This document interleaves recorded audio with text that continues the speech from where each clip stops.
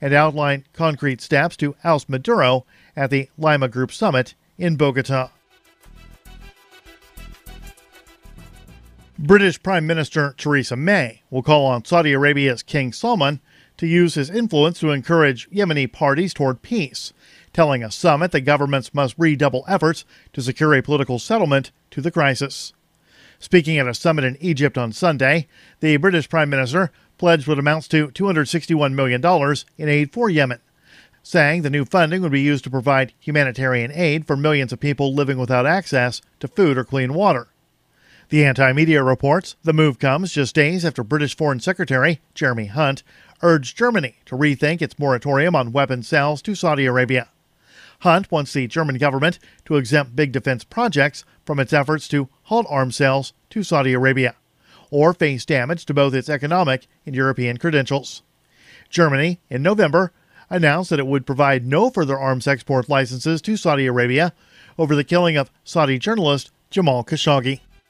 Support for the Liberty Beat comes from the Conscious Resistance Network, featuring videos, news reports, and articles from a spiritual anarchist perspective. Experience the Conscious Resistance at theconsciousresistance.com. How would you like to have your business featured on the Liberty Beat? You can. Just send an email to libertybeat@snls.news for details. This is the Liberty Beat, produced in partnership with SNLS News and listeners like you. The Liberty Beat is online at libertybeat.news and snls.news. I'm Mick Murrow, reporting for the Liberty Beat for Monday, February 25th, 2019. Reminding you, spread liberty with a smile. This is the Onion Week in Review. In local news, a succession of terrible events failed to befall a 33-year-old riding a longboard to his digital media job Monday. Shocked bystanders helplessly watched as media developer Jake Reston skated safely through Manhattan traffic without flipping over on his obnoxiously oversized skateboard and smashing his stupid face into the pavement, with many saying they were horrified at the sight of the floppy-haired little shit walking into his office unscathed. It was one of the most horrible things I've ever seen. He wasn't even hit by a car. I was just praying that someone would step in and throw him off his stupid little skateboard and punch him right in the mouth. In other news, a study finds owning a cool leather jacket is more rewarding than raising a child. A community garden sprouts the first condom wrapper of spring, and a little turtle gorges on an entire raspberry. Tonight in the cabin, school marms telling about how they talk about corpulation down the school. Only a fool needs telling how to screw. Just let the pecker guide you. But come on, listen anyhow. This is the Onion News Network.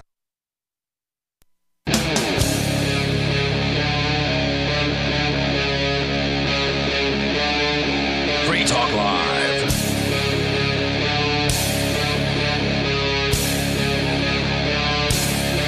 It is Free Talk Live. Dial on in toll free to join us here if you want. Bring up whatever's on your mind. Our number is 855-450-FREE.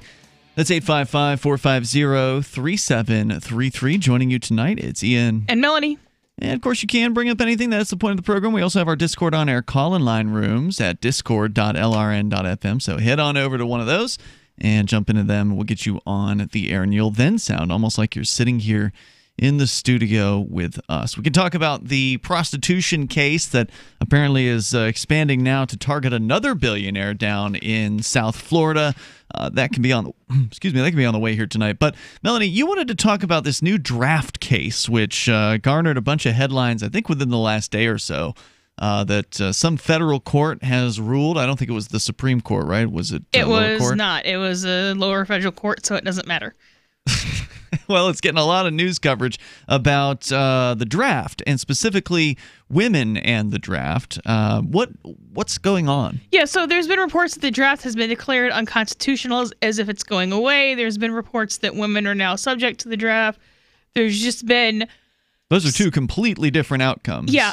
Sometimes I can look at a story and be like, the reporter that reported this is just lying and they need views. Sometimes I can't tell if they're malicious or if they're just that incompetent. Probably the latter. I mean, many reporters don't know the law. They don't understand probably the court systems that they're working on or, reporting on. Well, but then I don't understand microbiology, but I don't write reports on it. Right. You would think that the AP or whoever it is, Reuters, I'm not sure who we're talking about here, but you would think that they would hire an attorney to actually do their writing on legal issues. That would be the smart thing to do, but I don't know if that's what they actually do. I hope not. You hope they're not hiring an attorney? Well, based on their output, I hope that this is just somebody who is like, it's probably just some I don't kid. know this. All right, well, where's the story coming from? And what are they claiming?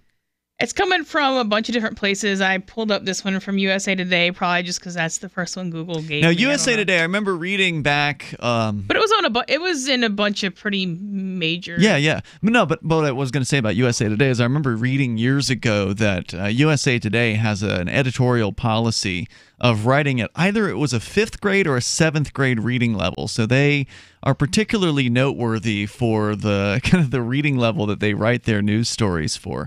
I'm not saying that any of the other papers out there are any better, but just, Okay, but it's also CNN, NPR. Yeah. No, I'm just saying that I'm sure there's reports everywhere.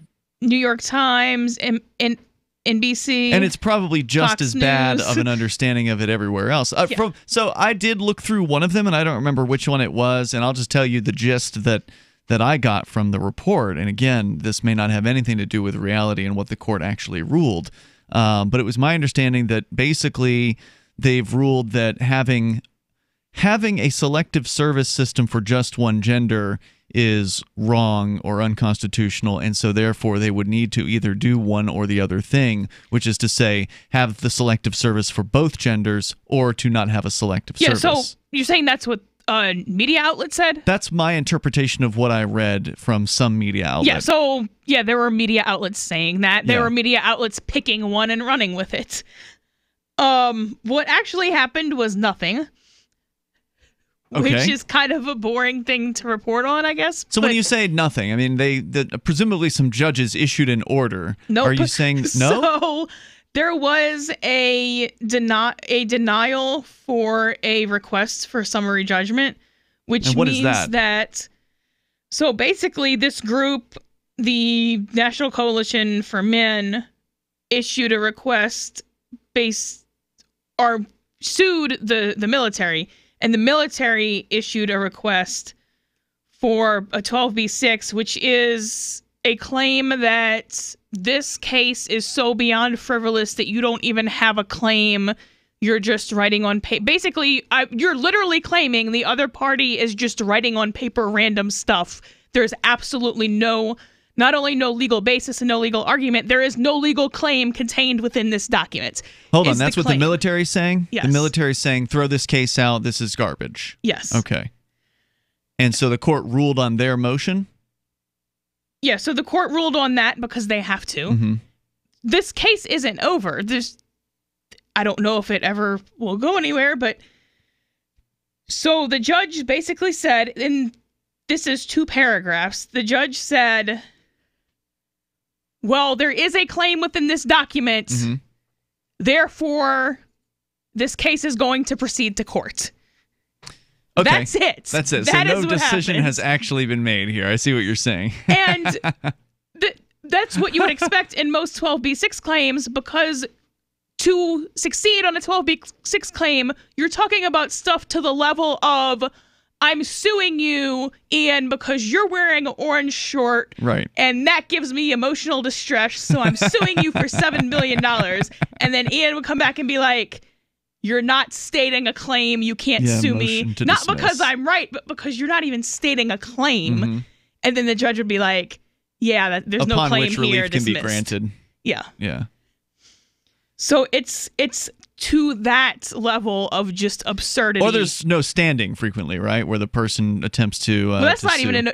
that's not even a 12b6 or Right. a claim of no claim. That's just no standing. Yeah. Which some of those can be more substantial than others, but So, okay, just to recap here. So, this men's rights group has sued the military? the military, it's the selective service system of the military. They've sued the selective service system saying this is unfair, you're discriminating, you should either have selective service for both genders, or you should have it not at all. You should not exist. Is that kind of do you know what their claim is, or what their... So you don't usually get to read the claims themselves Yeah. unless you subscribe to ridiculous levels of access to stuff. But you can kind of figure out what... if you read some of the prior rulings, that seems to have been their claim. Mm-hmm. I can't say that for sure because I don't have access to the claim itself. So at this point, no court has actually ruled on this case. This is at a district level, federal district court. Right. All the judge did was say, we're throwing out your claim, military, that there is no claim. Yes. And that's what's so getting that gets the headlines. reported as there is no more draft, or women will be drafted, or some other ridiculousness that CNN decided to make up. Yeah. Okay. Well, I'm glad you clarified that. And so that information was in the USA Today story, huh? That the judge basically just. Well, no, I looked up the. You looked up the court case. Court cases. What'd you do? Pull it up on Pacer? No, you can. So court cases themselves, if you want the collateral documents, which is like the filings of the parties and stuff, you're going to have to pay somebody for that. But if That's you Pacer, just right? The federal court system. There's a couple of systems you can use, and that's probably not the best one. But if you just want the judgments, you could just go to. You can Google that. You can go to Google Scholar and just pull it up. In this case, there is no judgment because the case hasn't even been heard yet. Yeah. At this point in the game. All right, so it's going to be one to keep an eye on. Eventually, it could have some sort of an effect on this it won't, selective service system. What do you mean? Like down the road, you're saying Yes. the judges will not... So, for it to matter at all, it would have to be a U.S. Supreme Court case. Mm-hmm. Lower level federal courts will rule silly things sometimes. The Supreme Court is not... So, if the military decides they want to draft women, that's going to be approved. Mm-hmm. The court is not going to overrule their decision either way. The court has a history of being smart enough to realize what is and isn't kind of a core government function and just never opposing those, and also never really making a solid legal argument, just kind of pretending that it's not. Like, they're never going to rule that you don't have to pay taxes. Mm-hmm. They're never going to rule that the military can't do something that it wants to do. They upheld concentration camps with kind of no real legal argument, and they're not going to declare that the draft is unconstitutional, and they're not going to tell the military who they have to draft. It's just not going to happen. Interesting predictions. And Melanie did go to law school, by the way, just in case you were wondering. The toll-free number here is 855-450-FREE. You can join us and bring up whatever's on your mind. If you're in the military, you've got some feelings about the draft, the selective service. I think the draft needs to be abolished entirely. 855-450-FREE, like freedom, and the selective service, rather, also should be abolished entirely. This is Free Talk Live. And not to mention the shedding, I would vacuum the carpet 3 times a week. Frodo was scratching all night long, bouncing on the side of the bed, keeping me awake the whole entire night from all the scratching and chewing. It kind of makes you neurotic. Does your dog itch, scratch, stink, or shed like crazy? Mounds and mounds of fur all over the place. Come to Dinovite for help. DINOVITE.com. If you want the dog to be healthy, you got to feed it something healthy. Dinovite is nutrition. The omega-3 fatty acids. Flaxseed, zinc, alfalfa. Our vitamins and enzymes replace the nutrients cooked out of most commercial dog foods. He gobbles it up. He's not up all night scratching. His shedding is minimal, and it is such a pleasure to have my calm, relaxed, non-shedding puppy back. And I have to thank Dinovite for that. Don't let your dog itch, scratch, stink, or shed like crazy. Come to Dinovite for help. 859-428-1000. 859-428-1000. DINOVITE.com. Smart Cash is a peer-to-peer digital currency that is fast, secure, and easy to use. Smart Cash also features smart rewards, a price stabilization mechanism, and a way to encourage long-term holding. Long-term holders are key to the project's success. You can earn smart rewards on any address for which you hold the private keys, which holds at least 1,000 smart for 1 month and does not make any outgoing transactions during that time. Smart rewards are distributed every 47,500 blocks to all eligible addresses. Learn more at smartcash.cc. You want to know the 37 items you must have to survive a crisis? Then I've got some good news for you. Former CIA officer and New York Times best-selling author Jason Hansen is now giving listeners a free copy of his book, The Escape Bag Blueprint, 37 Items You Must Have to Survive a Crisis. You can claim your copy at freeescapebook.com. Don't delay. Jason reveals the guns, knives, flashlights, and water filters that could save your life in an economic collapse or grid-down event. Get your free book today, freeescapebook.com. freeescapebook.com. Free Talk Live. It hasn't been unheard of for the police to insert an instigator. These are things they do, believe it or not. They'll have a plainclothes officer go into the protest and act as though he's one of the protesters, and then the plainclothes officer will start something with another one of the police. Oh, come on. This sounds like a conspiracy theory now. This is not a conspiracy theory. These are confirmed occurrences. Let's give the cops a benefit of the doubt and say it really was some instigator starting stuff with the cops. Does that mean that it's appropriate to flush every single person out of the park with rubber bullets, tear gas, and other sorts of offensive devices? Doesn't seem like it to me. Wouldn't it make more sense to stop the person who's instigating, to, put a stop to those specific individuals? Free Talk Live, 7 nights a week from 7 to 10 Eastern, live on the Liberty Radio Network at LRN.FM. Did you know we've taken our LRN.FM telephone listen line to a new level with the LRN.FM audio on demand line? Now you can call 712-770-8447 anytime and listen to LRN.FM's live feed. And you can listen to a bunch of our original shows on demand. Long distance fees may apply. Just dial 712-770-8447 and choose from the menu. 712-770-8447. Are you tired of governments murdering people around the world? Stop using their money. There is an alternative. Bitcoin is a stateless, free market, non-political currency. Bitcoin cannot be inflated or controlled by any government. By using their money, you are helping the state. Stop doing it. You have an incredible alternative available now. Learn it, use it, spread it. Get started with Bitcoin at bitcoin.com. That's bitcoin.com. Join the LRN.FM Discord for live chat 24/7 at discord.lrn.fm. That's discord.lrn.fm.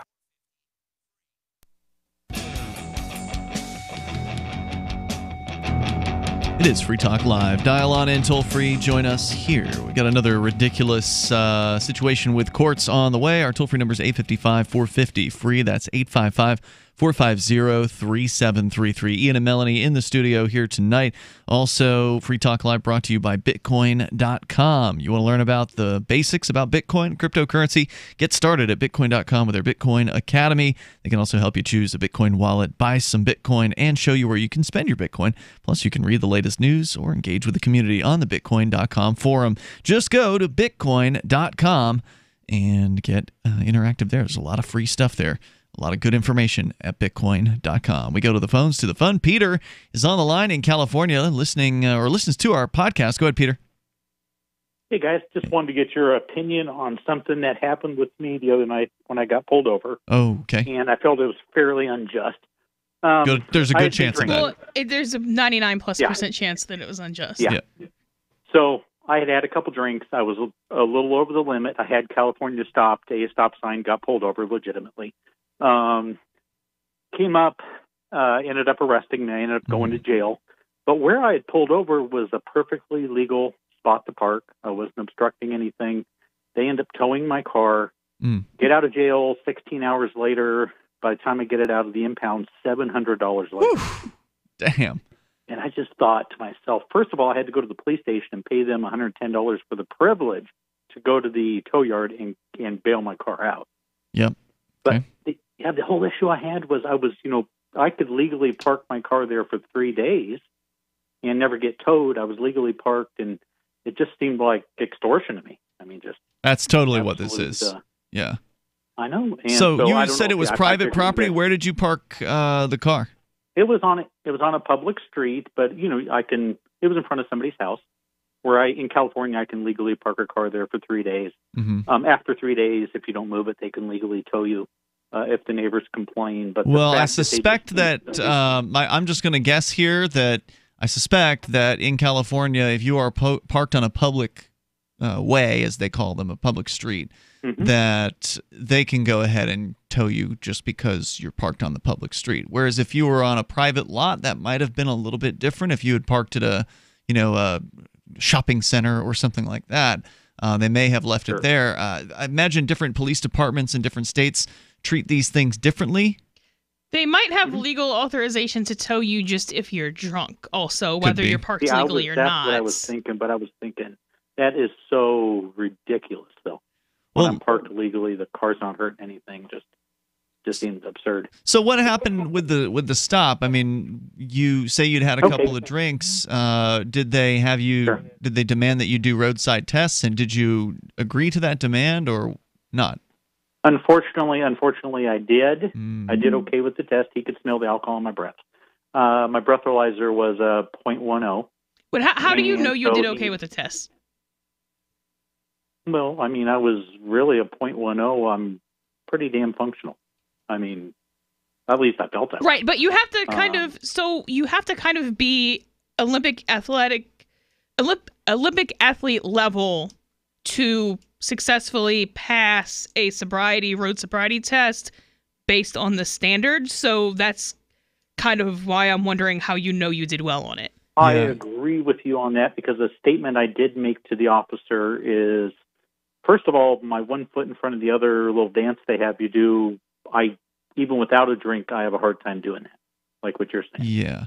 So this is one of the reasons why it's a bad idea to consent to the roadside sobriety test. Now, I don't know what the rules are in every state, but as I understand it, basically consenting to that test, you're then leaving everything up to the arbitrary decision of the police officer, who, of course, is more likely to decide that you haven't passed the test than that you have passed the test. And as Melanie pointed out, it is made to be difficult to pass, as you pointed out, as a sober individual, it's difficult. So there's really no benefit to, as I understand it, and please, somebody feel free to correct me if I'm wrong about this, but as I understand it, there's absolutely no benefit to you to take that roadside sobriety test.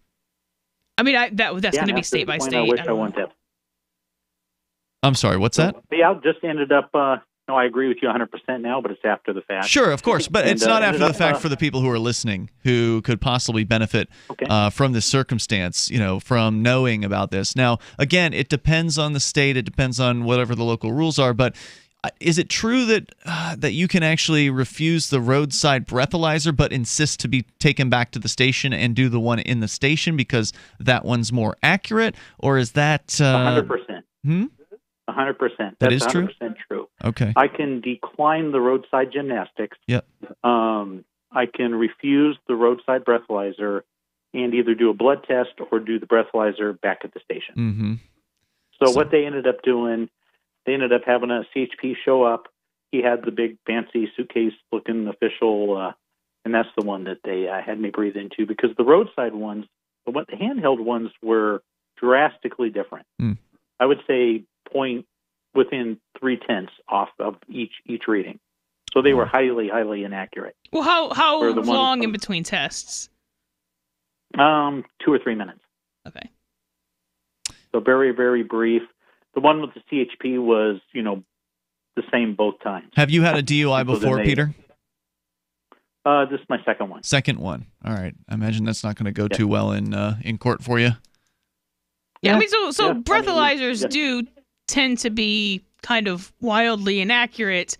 I mean, I don't know if you feel like you were actually at a .1, maybe the test is just wrong. I don't know, but well, either way, if that's not true, then I just felt like getting towed when you're parked illegally just seemed really excessive, and then. Yeah, well, they can do whatever they want to do. I don't think my guess is if you talked to an attorney in California about it, they would tell you that you don't have a leg to stand on in that particular case, that this is likely the typical way that they treat people who get DUIs is they don't do them any favors. They don't leave the car sitting there so they can, that the victim of the police or whatever can just go and go back to it the next day. Because certainly not everybody who's drinking and driving is a danger. And you may not have been a danger, just made a slight mistake that got you pulled over. But I'm sorry to hear about that. I don't think you probably have a leg to stand on legally, would be my guess. No, probably not. Okay, well, hey, you guys have a good evening. Hey, Peter, good luck, man. Thanks for the call tonight. I do appreciate it because there are people who I think can benefit from having heard this conversation, even though he's up S Creek without a paddle. At this point, maybe he can hope to get a plea deal or something like that on this, even though it's his second DUI. Yeah, so it's going to make it a lot harder. The best thing to do is especially if you know you already have a DWI, Because he didn't sound to me like he was claiming total innocence. It wasn't like he was claiming, I wasn't drinking at all, and then No, he I got admitted a that. positive reading. Right. So if that's the case, you can't do anything about it. If you don't drink and still get arrested for drinking, then you obviously have no control over that. But, if you already have a DWI, maybe don't. Or even if you don't, but especially if you do, maybe don't go out and drink and then drive. I mean, that's kind of the simplest way. Like, all day long, every day. You say this as a former heavy drinker. Yeah. Yeah. All day long, every day, people get arrested for absolutely no reason, for things that are completely out of their control. Don't give them a reason. The toll-free number tonight is 855-450-FREE like freedom. That's 855-450-3733. You can bring up whatever is on your mind, but generally it's probably a good idea to not take that roadside sobriety test. I don't know which states punish you for not doing it. I think there's some states where you have to do it if you're young, but more coming up. Hi, I'm Dan Pilla. I started fighting the IRS over 40 years ago when they tried to seize my mother's house. I sued the IRS and won. I beat the IRS then, and I've been beating them ever since. I wrote the book on tax debt settlement, and I've helped thousands of people deal with tax problems they thought might never be solved. I can help you too. If you owe taxes you can't pay, don't wait another day. There's no such thing as a hopeless tax case. Call 800-34-NO-TAX or go to my website, danpilla.com. That's danpilla.com, danpilla.com. Hunters, anglers, campers, and survivalists. Get back to nature. Expand your horizons with the highest quality, most versatile, unique slingshots and sling bows on the market at slingbow.com. Slingbow products are compact and models start from just $17.98. They're perfect for your bug-out bag or storing in your vehicle. Give yourself and your loved ones the excitement and tradition of slingbow. A new frontier in archery and truly modern twist on this primitive survival tool. Feel the thrill only at slingbow.com. Is spreading the message of liberty, cryptocurrency, and peace around the globe worth $2 per month to you? As you may already know, in addition to our internet feed, LRN.FM broadcasts on free-to-air satellite across North and Central America, as well as Sub-Saharan Africa. And we've been available on satellite for free 24/7 since 2010. The LRN.FM free-to-air satellite signal is reaching some of the most oppressive regimes in the world, and there's no doubt our ideas are making an impact. You can learn more about the channel's impact by watching the 3-minute video at fund.lrn.fm. If you'd like to help free minds globally with our ideas of liberty, cryptocurrency, and peace, you can donate as little as $2 per month via fund.lrn.fm. You can help us continue and expand our satellite broadcast to multiple continents. Visit fund.lrn.fm today, and thank you for your help. Don't forget to share the link on social media. That's fund.lrn.fm. I love My Magic Mud. I drink a lot of coffee. I had stains on my teeth. Then I found My Magic Mud, and I was told it would remove stains. So I paid attention when I brushed the first time. My Magic Mud is black tooth powder, and the difference it made in my teeth in one application was noticeable. With 4, my teeth were as white as you normal folks out there. Please go to mymagicmud.com and buy a jar. There's 150 applications for $25. You can use Bitcoin, mymagicmud.com. If you want to know the latest about Free Talk Live before we go on the air, all you need to decide is how you want it delivered. It's your choice. Visit news.freetalklive.com. You can get emailed announcements and participate in contests via our email updates list. Plus, we have a Twitter account that you can follow and a Facebook page where you can become a fan. So visit news.freetalklive.com to get news about Free Talk Live as soon as it's announced and the way you want it delivered at news.freetalklive.com. That's news.freetalklive.com. I've been told no in many different ways. I give you an order and you're going to obey it. George, you can go this way. You can't do that and you have to leave here. You cannot bring signs into the rally. Walk with me. Well, I'm comfortable here, actually. Whoa, whoa, hey, who do you think you are? Excuse me. There is no video and audio allowed in this office. No, I have work today. You ain't gonna make it. Wait a minute. Really forget it. Hey! Oh my God! Unbelievable! Why are you running from me? Because you're scared me. What am I being detained for? You're being served. What is this? You're being served. What is this? You're Democrats have a funny way of telling people no. That's the sound of the men working on the chain. Derek J's Victimless Crime Spree. Watch it for free and order the Director's Cut DVD at victimlesscrimespree.com. You're listening to the best liberty-oriented audio streamed around the clock, on the air, and online. This is the Liberty Radio Network at LRN.FM. It's Free Talk Live. Dial toll-free. Join us here if you want. You can bring up what you want. We're talking about government court stuff, specifically the draft decision that wasn't really a decision at all. That case hasn't even been heard yet. That was a decision to not toss the case out, basically, is what we talked about in the first segment. Then we had a guy call in upset because the cops had taken his car after he got popped for a DUI in California. It's Ian in the studio here tonight. And Melanie. Our toll-free number, if you want to join us, is 855-450-FREE. That's 855-450-3733. Discord on-air call-in lines are open and available to you over at discord.lrn.fm. And basically, and you didn't disagree with me on this, Melanie, it's probably completely within the purview of the police in California and in many other states. If you park on a public street, they can have you towed. Yeah, I mean, so who gets parking regulations in California is not really something I studied ever. That's kind of really specific, really local. Sure, but generally the government's in charge of the roads unless it's a private road. So if the government is in charge of the roads, they can take your car off the road for whatever reason they want. I don't know if he could. Well, so if there's public parking, they can't typically just tow you because they feel like it. If you're driving drunk, they can generally tow your car. Yeah. In this case, it's part of the arrest. Even if that was a legal place to park, he still didn't park legally because it's not legal to park your car while you're drunk. Correct.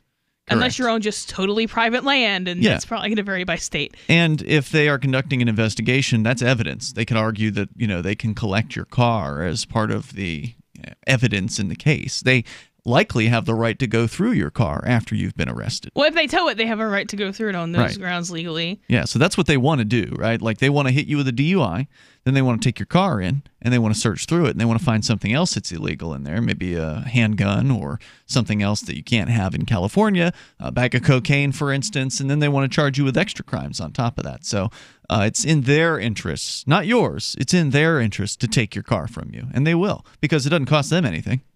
You got to pay to get it out. Well, yeah, and I'm not willing to say that this is a case where you were just minding your own business and then the police came and attacked you for absolutely no reason. We can argue over if that the roads are onerous properly, so how recklessly can I act on them? Driving around drunk is not, or at a 0.1 is 0.1 isn't that drunk, though, right? I mean, that's buzzed.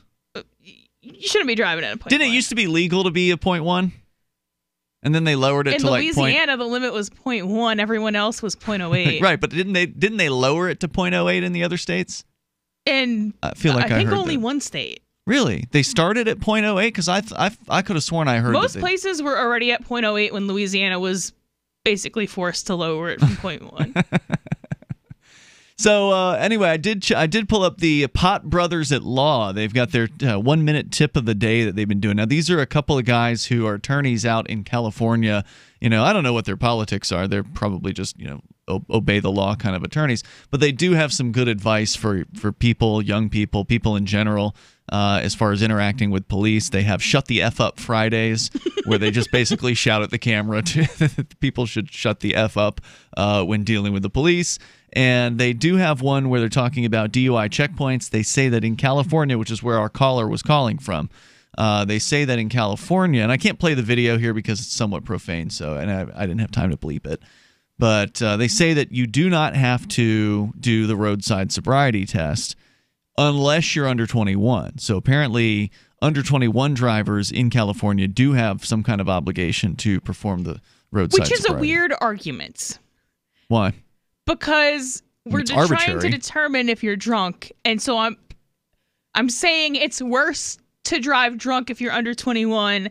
If you're over 21, it's kind of okay to drive drunk. That is kind of what it says, Which there actually was a case in Louisiana when they wanted to lower the underage limit is not 0.08. It's lower than that. 0.02, right? Or something like that? I think it's 0.02, but I'm not sure. Yeah, in some places it is. But a defendant didn't sue, but appealed that on the grounds of age discrimination, and the court basically came back and said, well, you know, older people have more experience with drinking and driving. So it's worse when you do it because you're not as experienced at drunk driving. Wow, the court actually said that. Yes. Wow. Gee, do you think those judges have had a few drinks and drove at some point? Almost sure they have. I mean, they get judges from the population. They don't descend from heaven. Like, they just pull them from Right, and you've been to law school else. where they actually, like, apparently paid to have you get drunk at parties regularly. Yeah, they provided all kinds of alcohol. They're pretended like they didn't, but it sure appeared there out of nowhere.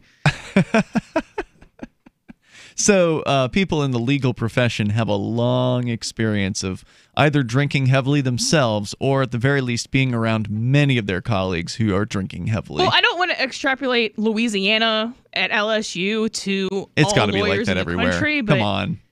It's like that everywhere. There are professions that have higher rates of substance abuse, and lawyer is it one of them? Yeah. Really?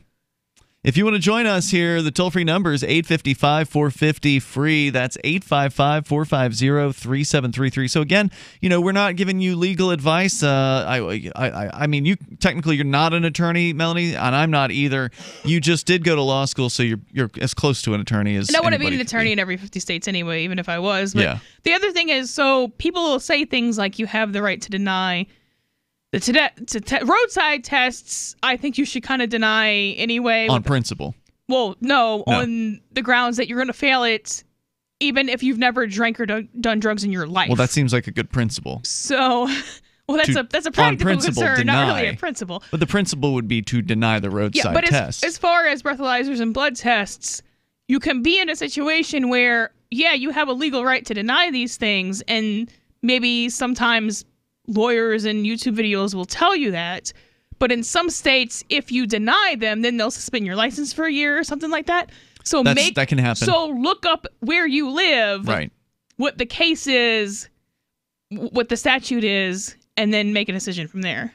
Yeah, it is a different situation in some states, but I think someone would argue, and I think rightfully so, that even if you lose your license for 6 months, which is, I think, what the default is here in New Hampshire, if you don't do the breathalyzer and you lose a license for 6 months, there's a good chance you're going to lose your license anyway if you get convicted of a DUI. Well, yeah, so if you're drunk, then, you know, that's one thing, but you can be totally sober and fail a roadside test or even fail a breathalyzer sometimes. Mm-hmm.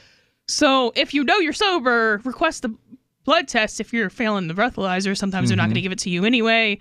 You kind of have limited control there, but yeah, so, I mean, this isn't just advice to drunk people. This is advice anyone for who everybody. drives a car, losing your license is like, how are you going to get to work? You're kind of screwed. Yeah, it's pretty serious, especially if you live in a place that, you know, you have to travel to get to work. And then what's more severe, the penalty for refusing the test, the penalty for the DWI, or the penalty for driving without a license? Because that's the real conclusion. I'm not going to just be like, hey, electric company, I'm just not going to pay you for 6 months. Right. Okay, cool. And then just like not drive to work. That's not a option that exists on this plane of reality. Yeah. The option is drive without a license. Well, I mean, you could always like Uber or get a cab, but that's expensive. If you live in a city. Yeah. I mean, you can get a cab outside of a city, but it's going to cost you a lot of money. If you live in a city, you can get an Uber or a cab. So if you want to join us, you can here. We've also got this story out of Columbia City, Oregon from LifeSite News that you shared with me, Melanie. I'll just go ahead and share the story, and then I know you've got some comments that you definitely feel likely strongly about this. 60% of Americans, like 60% of them, Michael Bowman opposes taxpayer funding of abortion. So you can tell that there's an editorial viewpoint on this site. It is, after all, called LifeSite. Unlike most Americans, he's currently squaring off against the Internal Revenue Service to avoid funding abortion. Bowman is a 53-year-old Christian and contract engineer in Columbia City, Oregon. He has refused to file a tax return or pay taxes since 1999. The Oregonian reports, citing the federal government's funding of the abortion industry. So he is he's protesting taxes Although he's saying he's not a tax That protester. fails 100 times out of 100. The protest of taxes, you mean? More coming up here in moments, but they claim he's had a big victory in court. Yeah, they claim that. And we'll see what that claim exactly is coming up here in moments. Your calls and thoughts welcome on Free Talk Live. Does your dog itch, scratch, stink, or shed like crazy? Come to Dynavite for help. Order a 90-day supply of Dynavite. Pick up 2 bottles of Lico Chops, get the 3rd bottle free. New improved Lico Chops with omega-6, omega-3, vitamin E, and now 6 extra direct-fed microbials. Even better for the digestive tract and immune system. And dogs love it. Try Lico Chops. Buy 2, get 1 free. This is Henry Lukasevic for Dynavite. DINOVITE.com. Are you a cryptocurrency advocate? The Crypto Tip is the ideal outreach tool to help new people discover cryptocurrency. It's a printable business card-sized tip that you can give to service providers, preferably in addition to a good cash tip. When the server scans the QR code, it'll bring up an explanation of cryptocurrency, how to install a wallet, and allow them to claim the tip. If they don't claim the crypto, you get your tip refunded to you after a time period you specify. Plus, if they do claim the tip, you get an email alert. Create as many tips as you want at cryptotip.org. That's cryptotip.org. #1 international best-selling author Matthew David Hurtado's pain was simple. Lyme disease bankrupted him in 2009, watching bankers take everything from his family after building a 7-figure business from his couch. God called him to ministry to teach prosperity based on pain he could not tolerate in others' lives. IRS, creditors, car loans, debt. It's the Babylonian system, and you have to escape it before it's too late. Haven't you ever wanted to wake up from this nightmare? Matthew David's free quick study guide shows you what to do today to build lasting wealth in any economy. His discovery he made? It's all consciousness. Get Matthew's 7-figure quick study guide for clarity, certainty, and a proven strategy to build wealth once and for all. Visit escaperightnow.com. Do it now. It's free. escaperightnow.com for a prosperous future ahead with peace of mind. escaperightnow.com. On Free Talk Live, we're bringing people to the ideas of liberty every day. From wrestling superstars like Glenn Jacobs. You guys really are having an impact, I believe. Like I said, a lot of where I am now is due to listening to Free Talk Live. You changed my mind on some very important issues years ago. To random people tuning in on the radio. I was kind of stuck in the left-right paradigm. I heard your show by chance on a Saturday night.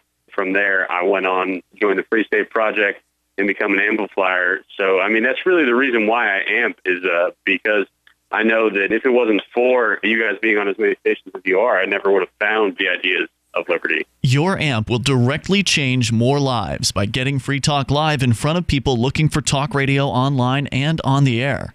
When you amp Free Talk Live, you get perks like access to the AMP-only Facebook group and AMP podcast. Visit amp.freetalklive.com. Some of you asked, and now we've delivered. LRN.FM's live Keene, New Hampshire studio shows are now streamed in HD on Twitch. Visit our channel at twitch.lrn.fm and give it a follow. If you have Amazon Prime, you get 1 free subscription on Twitch. If you use it on our channel, Twitch will give LRN.FM a monthly piece of your Prime subscription cost. So please watch, follow, share, and subscribe to twitch.lrn.fm. That's twitch.lrn.fm.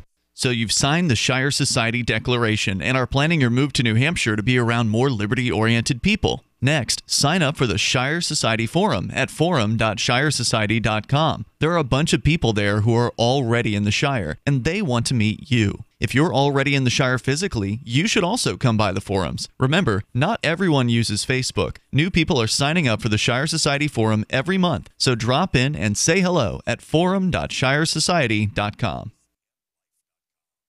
Do you love Twitter? Make sure you favorite the LRN.FM Twitter account so you can receive our tweets at twitter.lrn.fm. That's twitter.lrn.fm.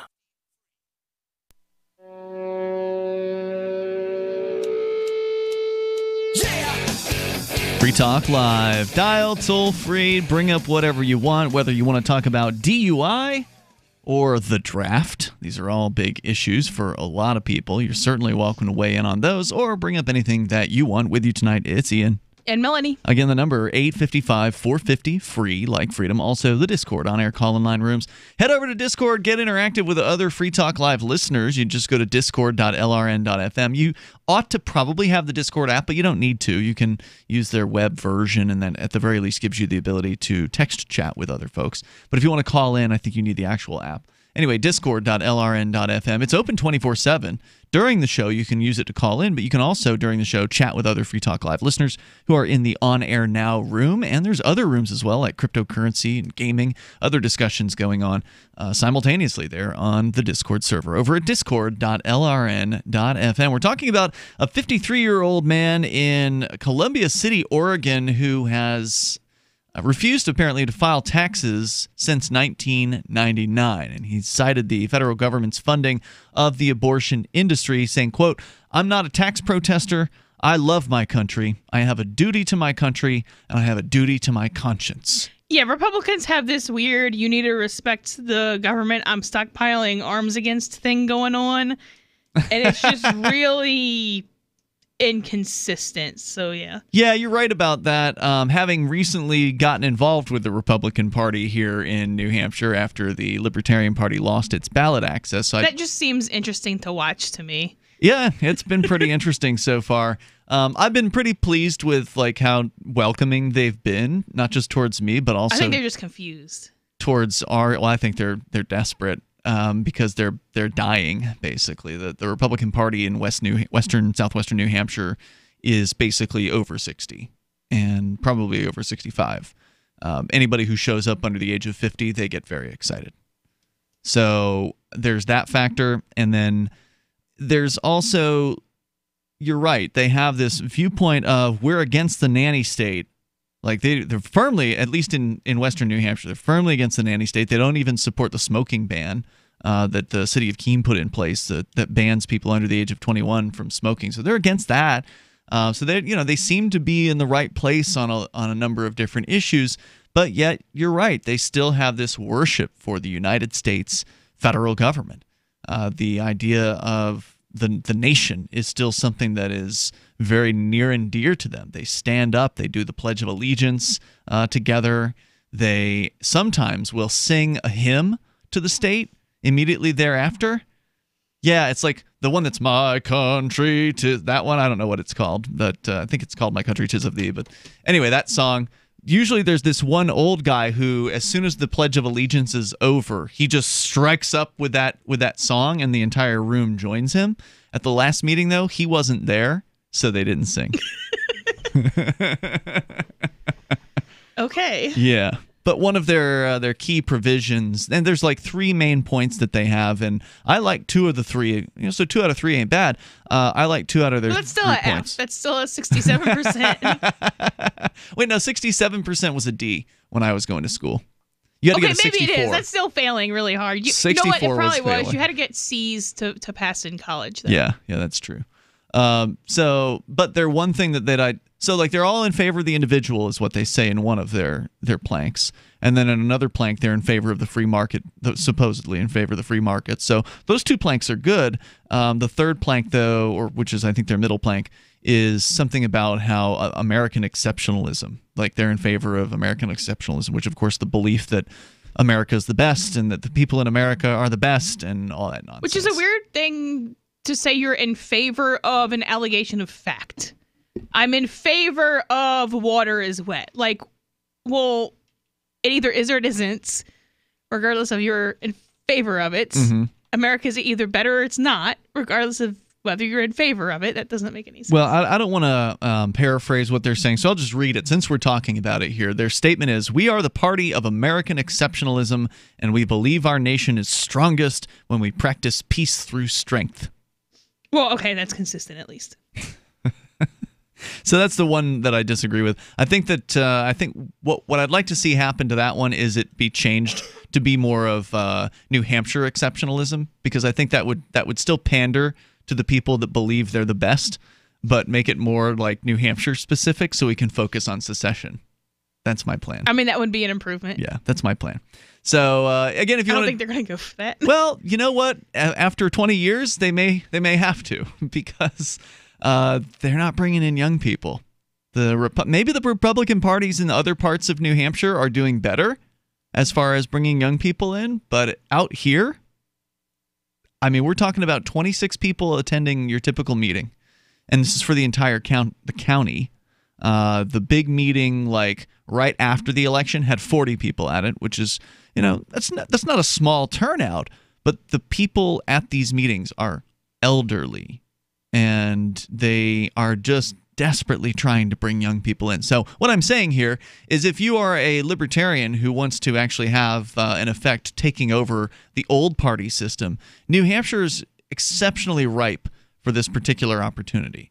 And again, I can't speak for the other areas of New Hampshire. I can't speak for the Democratic Party, even though I was a Democrat prior to being a libertarian for a few years. I never actually went to the party meetings in those cases because they always had them in the evenings, and I never really felt like I would be particularly welcome because they've always been way more hostile to me. Now, remember, they stopped a couple of the libertarians who'd moved here like a decade ago. They actually had a doorman at their party meeting who stopped them from coming in when they first wanted to come and check out the Democrat Party. Eventually, they ended up relenting and letting them in and being more friendly towards them.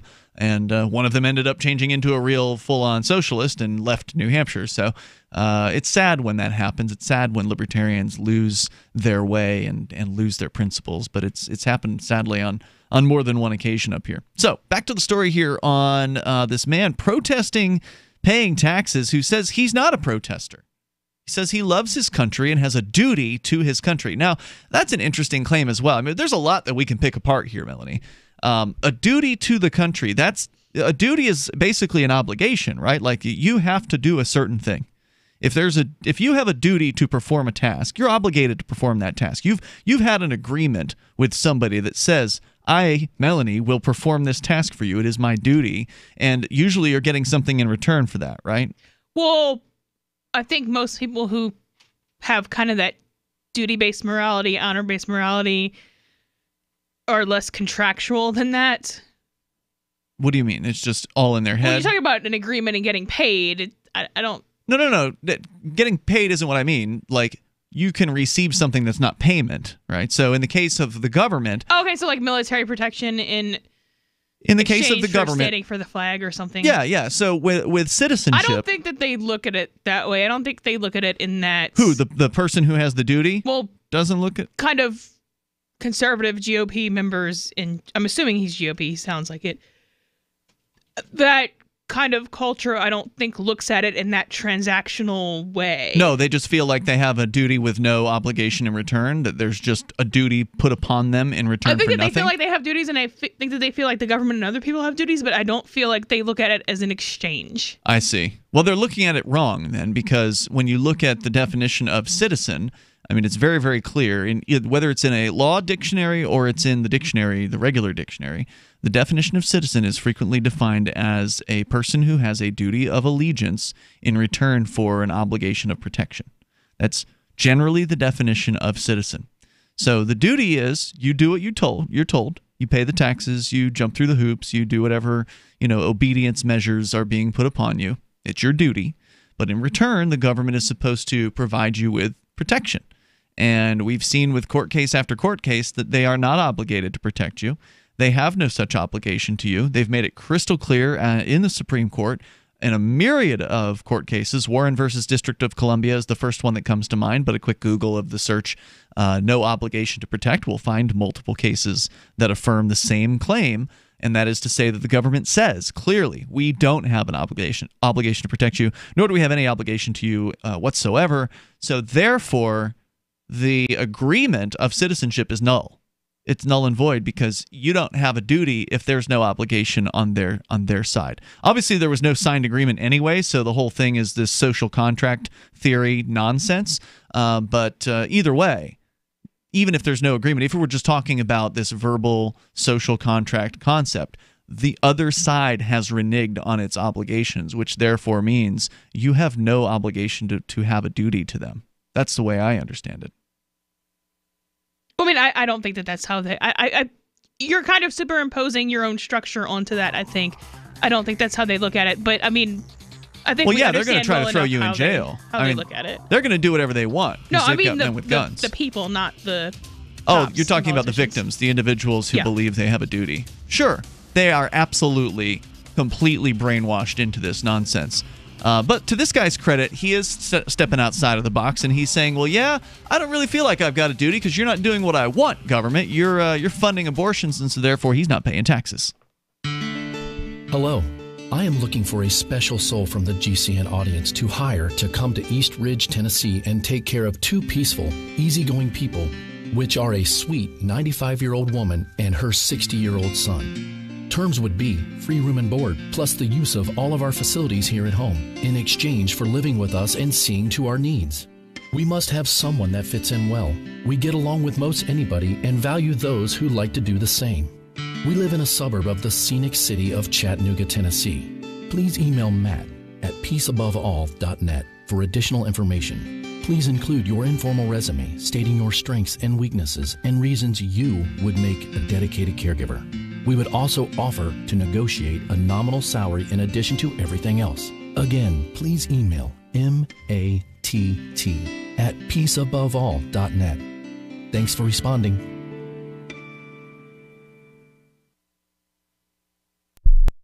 The new 4th edition of Healing Our World, The Compassion of Libertarianism, will take your understanding of liberty to a deeper level and has over 1,300 updated references, new cartoons, and a foreword by Dr. Ron Paul. With discounts for multiple book purchases, the 4th edition of Healing Our World is a great gift for the liberals, pragmatists, environmentalists, and Christians in your life who think libertarianism is cold-hearted. Get yours today at healing.freetalklive.com and use promo code FTL for a $5 discount.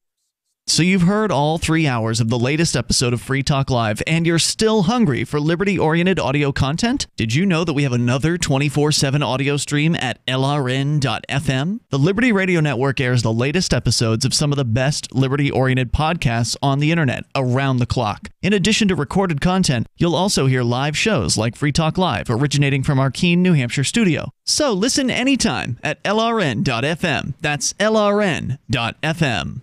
You're listening to the live edition of Free Talk Live. Hour number 2 is next, after the news, here on the Liberty Radio Network at LRN.FM. This is the Liberty Beat, your daily source for liberty news and activist updates. Produced in partnership with SNLS News and listeners like you. Online at libertybeat.news and snls.news. I'm Mick Murrow with the Liberty Beat for Monday, February 25th, 2019. Gold opened today at $1,327. Silver opened at $15.87. And Bitcoin is trading around $3,849. Today's prices are brought to you by InnoScale. Take off with Managed Cloud. Looking for a safe, secure way to store your important files online? Let InnoScale handle it for you. Their high-availability cloud servers are the perfect solution for clients needing one or more secure, scalable servers with built-in hardware failover protection. For details, see them online at innoscale.net. In the news, Delaware State Police have been caught on camera in what is clearly a violation of the Fourth Amendment. The Free Thought Project reports the video shows police harassing an innocent black man, violating his rights by illegally searching his vehicle, and then sending him on his way as if he's supposed to accept that it's the way things are. Officer, did I consent to that search? I don't have to. I'm scared. You're suspicious. You have jersey tags, no one lives here, and you're in this area. The man who posted the video remains unnamed. He posted the video to YouTube to expose what he calls racial profiling. The video also documents the troopers refusing to provide their identity to the victim. May I have all your badge numbers and names, please?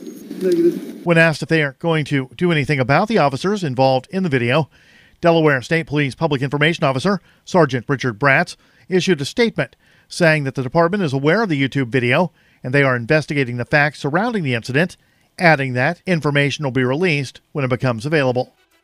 The Liberty Beat is sponsored in part by Brave Botanicals, high-quality kratom and CBD at reasonable prices with excellent customer service. Brave Botanicals is activist-owned and mission-driven, fighting for your right to consume plant-based medicine and natural remedies. Find out more at mybravebotanicals.com. And Liberty Beat listeners can save 10% at checkout by using promo code SNLS. This is the Liberty Beat for Monday, February 25th, 2019. Find us online at libertybeat.news and snls.news.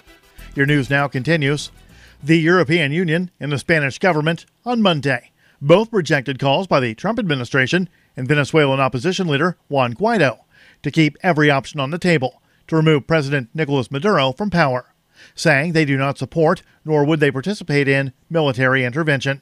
The message from the EU followed violence at the Venezuela-Colombia border over the weekend, as Guaido supporters attempted to break through the Venezuelan border with food and medical supplies, in what critics have characterized as a deliberate provocation disguised as a humanitarian aid mission led by the Trump administration. The United States has also led calls for the international community to recognize Guaido as the president of Venezuela. Vice President Mike Pence is set to meet with Guaido Monday and outline concrete steps to oust Maduro at the Lima Group Summit in Bogota. British Prime Minister Theresa May will call on Saudi Arabia's King Salman to use his influence to encourage Yemeni parties toward peace, telling a summit that governments must redouble efforts to secure a political settlement to the crisis. Speaking at a summit in Egypt on Sunday, the British Prime Minister pledged what amounts to $261 million in aid for Yemen, saying the new funding would be used to provide humanitarian aid for millions of people living without access to food or clean water. The anti-media reports the move comes just days after British Foreign Secretary Jeremy Hunt urged Germany to rethink its moratorium on weapons sales to Saudi Arabia. Hunt wants the German government to exempt big defense projects from its efforts to halt arms sales to Saudi Arabia, or face damage to both its economic and European credentials. Germany, in November, announced that it would provide no further arms export licenses to Saudi Arabia over the killing of Saudi journalist Jamal Khashoggi. Support for Liberty Beat comes from the Conscious Resistance Network, featuring videos, news reports, and articles from a spiritual anarchist perspective. Experience the Conscious Resistance at theconsciousresistance.com. How would you like to have your business featured on the Liberty Beat? You can. Just send an email to libertybeat@snls.news for details. This is the Liberty Beat, produced in partnership with SNLS News and listeners like you. The Liberty Beat is online at libertybeat.news and snls.news. I'm Mick Murrow, reporting for the Liberty Beat for Monday, February 25th, 2019. Reminding you, spread liberty with a smile. It's being called the must-have tech gadget of the year. The Samsung Apex, which hits shelves today, streams video into your left eye, internet into your right eye, and sucks your dick all at the same time. Samsung spokesman Neil Werner is projecting the biggest sales in his company's history. Are you kidding me? This thing does everything, plus it sucks your dick, all right? And I know what you're thinking, and yes, ladies, there is a version for you that eats you out. Hanging up Apple, we beat you the punch on this one. Samsung's got you by the balls. In spite of the almost $1,000 price tag, customers are raving about the device. For my career, I do need the internet and TV, and my dick sucked all the time. I already have a TV and a girlfriend and a laptop, but to have all those in one device would be really nice. Even a run of bad press about unsafe working conditions in the Apex factory in India have not dampened sales projections. Yeah. Factory, sweat up, blah, blah. How about you just plug your eyeball straight into the internet and get your dick sucked? This is the Onion News Network.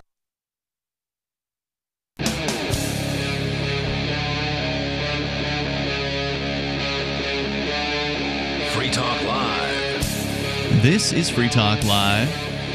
Should people be able to just decide to not pay taxes because they don't agree with what the government's doing?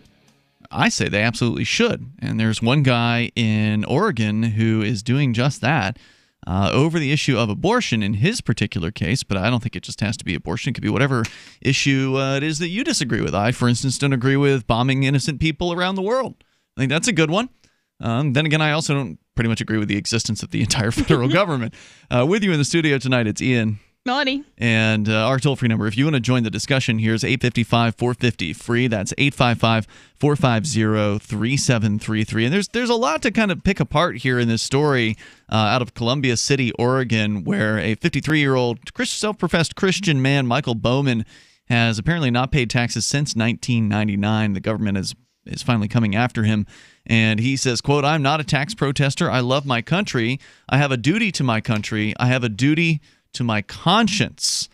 And ultimately, I agree with, at the very least, the last part of it. I don't agree that anybody has a duty to the government. And of course, you never really know. When he says country, does he mean the government? Or when he says country, does he mean the sort of idea of America. Yeah, they obfuscate that too. They create a It's society. not on purpose, though. Well, At least usually it's not most his people don't fault. obfuscate things on purpose. Right, yeah. He's just kind of victim of the obfuscation of what the government does with these terms. They Yes. kind of call themselves the United States, but at the same time they call themselves the country or America, and so they tie all and these that's words what they together. are, but conservative Republicans will have this idea of a society in their head and call that the country. And then pretend like, You mean like the an government ideal? is something else. They have an ideal that's the country, but they basically? kind of act like it's real, and then they call the government. They act as if the government is a separate entity. Mm-hmm. From that than concept. the government that's in their head, and so they can be loyal to one and not the other, I guess. So I see what you're saying. So meaning that they have this ideal of what the country should be, and then there's the government that doesn't meet that ideal, basically. Is that what you're saying? Well, right, but a lot of people have ideals of things that they wish existed. Mm-hmm. Everybody doesn't necessarily, I guess maybe most people do, but having an ideal of something is not the same as pretending that the real thing doesn't exist, or pretending that the real thing is something other than what it is. Like pretending that the United States federal government is not the country is just... Well, it's not. An odd interpretation of the English language. Yeah, I mean, what is the country, right? Like, the country can mean different things to different people. Country could just simply be the idea of America. It could be the land. The government isn't the land, right? The government is an idea. It is a collectively held belief that a thing exists that doesn't actually exist. Cars exist. Men with badges exist. The government's just this sort of collective delusion that ties all these individuals loosely together with one another. Well, or it's an organization of thieves and murderers, but yeah, so, but then if you think that a nation is something other than a country, when someone attacks, or something other than a government, if someone attacks the government, you shouldn't care, at least not on that basis. Well, nation is a better word that I think is more aligned with government. I don't know if country is as much either. But either way, we can take a closer look at some of these words. But let's go to Sarah in New Mexico. You're on Free Talk Live. Hello, Sarah. Yes, I met one of the pedestrians who was struck by cars last year, today on the bus. And she was one of the 800. So she's the second one I met this year. Okay, and what was her circumstance?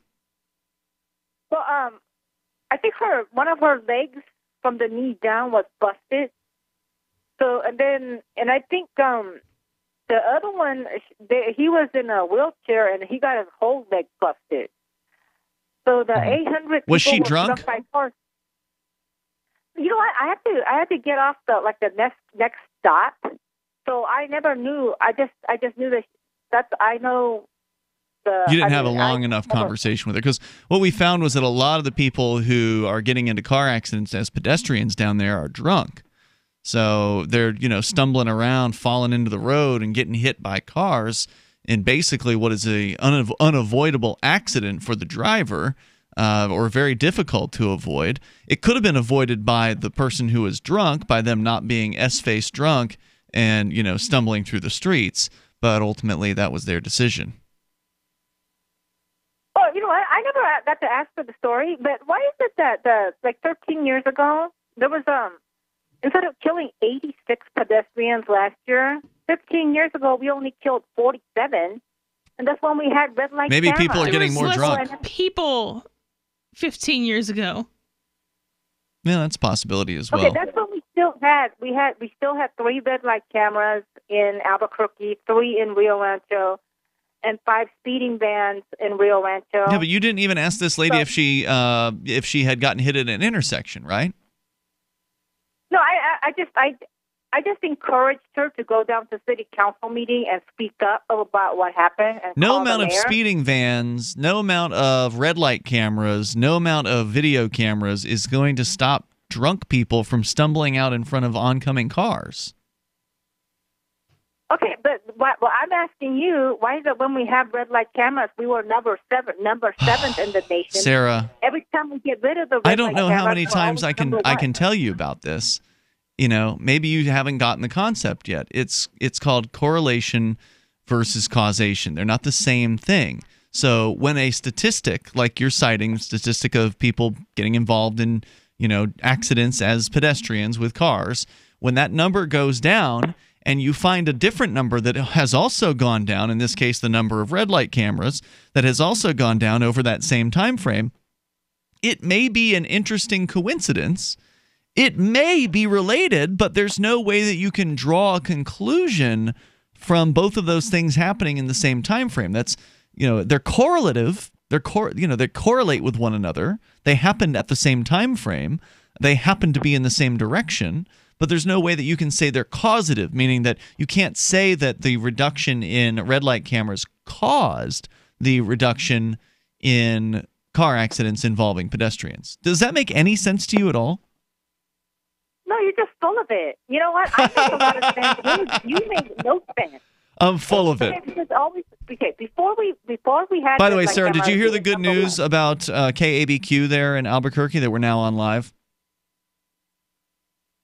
Okay, so live every day. You're on. That's right, every weekday. We're now, unless something went wrong tonight, which hopefully nothing has gone wrong. Technically, everything's probably working smoothly, so we should be there on the radio. So welcome to. I'm going to presume we're on because they were a weekend affiliate and they lost a show during the week. The Norman Goldman show went under last week, basically. So they needed something, and we were already on at nights. So they've moved us up to our live slot. So welcome to our progressive, one of our progressive stations, KABQ there in Albuquerque. I think it's AM 1350 if I'm remembering that correctly, but I didn't pull up my list here to ensure of that.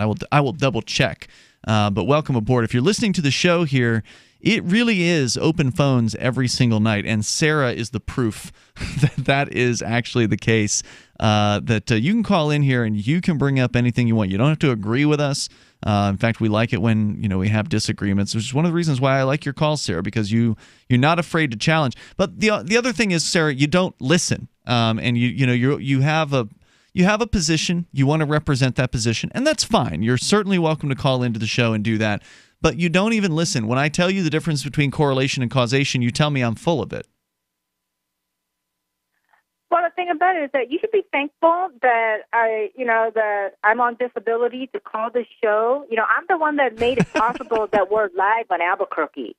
Now you're going to wait. Are you saying you put Norman Goldman out of business? No, I'm saying that I'm the one that made this show popular where they want to have it live here on Albuquerque. You think your one listenership, you, the one person listening to one of the people listening to KABQ there in Albuquerque, you have that much influence that you swung with the program director there. What's the program director's name of the station? Well, the thing about I you never called her and talked to her, right? Okay. Thanks for the call tonight, Sarah. Bye-bye. 855-450-FREE. That's 855-450-3733. It's all thanks to Sarah. We couldn't have done it without her. More coming up here. You can bring up anything you want. This is Free Talk Live. You want to know the 37 items you must have to survive a crisis? Then I've got some good news for you. Former CIA officer and New York Times best-selling author Jason Hansen is now giving listeners a free copy of his book, The Escape Bag Blueprint, 37 Items You Must Have to Survive a Crisis. You can claim your copy at freeescapebook.com. Don't delay. Jason reveals the guns, knives, flashlights, and water filters that could save your life in an economic collapse or grid-down event. Get your free book today, freeescapebook.com. freeescapebook.com. Bitcoin.com is delighted to announce their latest partnership with the gift card specialists at eGifter. With many of the world's leading brands on their roster, it is now easier than ever to get the gift cards of your favorite brands with Bitcoin Cash. To get started, just follow these simple steps. Visit giftcards.bitcoin.com, pick the gift card you want, follow the instructions on your screen, and make your payment using your Bitcoin Cash wallet. Sit tight and your gift card will be delivered to you as soon as it's ready. That's giftcards.bitcoin.com. There are basically two types of advertising, direct response and branding. Radio's great for direct response with its low cost to listener ratio, but audio can't be beat for branding, which is a longer term endeavor. You want to be the first thing that someone thinks of when they think about your product or service. If you have a local business that you want kept top of mind in your community, call the station. If you need national reach, Free Talk Live's got around 200 radio stations, millions of monthly listening sessions, can suit all budgets, and if we don't think we're right for you, we'll tell you. Email me, mark@freetalklive.com. Smart Cash is a peer-to-peer digital currency that is fast, secure, and easy to use. Smart Cash is building a foundation that can support daily transactions for people everywhere. One feature that sets Smart Cash apart is the Smart Hive governance model and how the community can vote to fund the best projects with block rewards stored in the Smart Hive project treasury. Unlike other cryptocurrencies with voting systems, Smart Cash allows everyone to participate. One smart equals one vote. Learn more at smartcash.cc. The Free State Project has reached its goal of 20,000 liberty lovers who've pledged to move to New Hampshire and get active to achieve liberty in our lifetime. Perhaps you're trying to figure out what part of New Hampshire should be your destination. If so, consider Keene. You'll find more than 150 reasons to move to Keene at move.freekeene.com. Keene is famous for its historic, publicity-generating activism, as well as being the liberty media capital of the world. It's home to freekeene.com, New Hampshire's destination for liberty activism, news, and opinion. For years, we've been compiling over 150 reasons to move to Keene at move.freekeene.com, where you'll learn about some of what's happening here and what makes Keene a great place to live. If you love liberty, you'll probably enjoy anywhere you end up in the Shire. But do your due diligence first. Please visit move.freekeene.com for the full list of over 150 reasons to move to Keene. That's move.freekeene.com. LRN.FM is proud to announce our official listening apps for Android and iOS devices. Now you can easily tune into our streams anywhere, anytime on your smartphone or tablet. Just visit apps.lrn.fm or search for LRN.FM in the Android or Apple app stores. Please download, rate us 5 stars, then share the link on your social media, and let your friends and family know how you're listening to LRN.FM.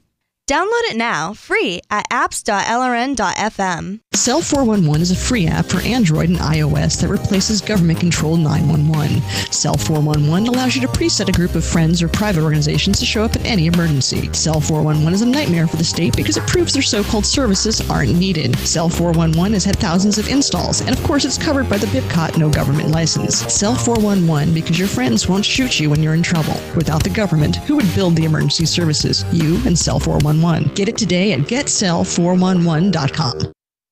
You can put the Liberty Radio Network on the air in your area. Visit broadcast.lrn.fm to learn how. Broadcast.lrn.fm.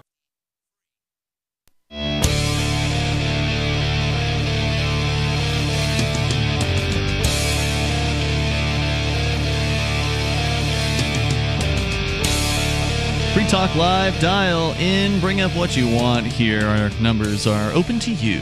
855-450, free like freedom. That's 855-450-3733.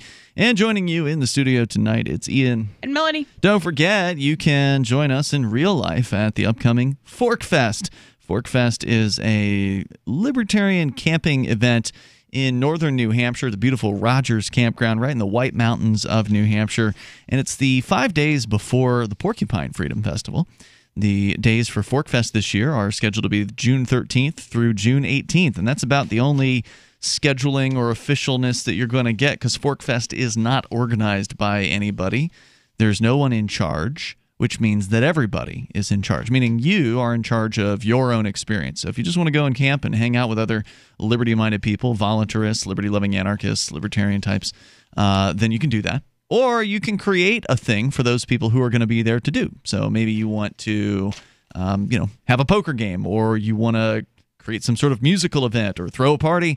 That is up to you. And you can join the Forkfest forum. It's unofficial. And the Forkfest chat room, also unofficial because there's nothing official with Forkfest on this unofficial website, forkfest.party. It's again June 13th through the 18th. At forkfest.party. Go there to learn more about that. We will be broadcasting from the event, and we'll look forward to seeing you there. So we're talking about a gentleman from the Columbia City, Oregon area. This story coming from LifeSite News, which is clearly a pro-life opinion piece from Calvin Freeberger, reporting on the man Michael Bowman, age 53, so-called self-professed Christian, saying that he has a duty to his country and a duty to his conscience. And I would argue that if you are someone who believes you have a duty to your government, which I don't think you do, because as I pointed out earlier, the government has claimed they don't have an obligation to protect you, so therefore you shouldn't have any duty to them.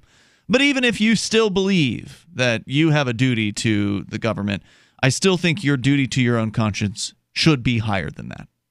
So if it is your conscience that you don't want to support, let's say, war in another country, because in this guy's case, he's all about abortion. But for me, I am anti-war. I think that peace is very important, and I certainly don't want money that I have earned going to benefit a war effort.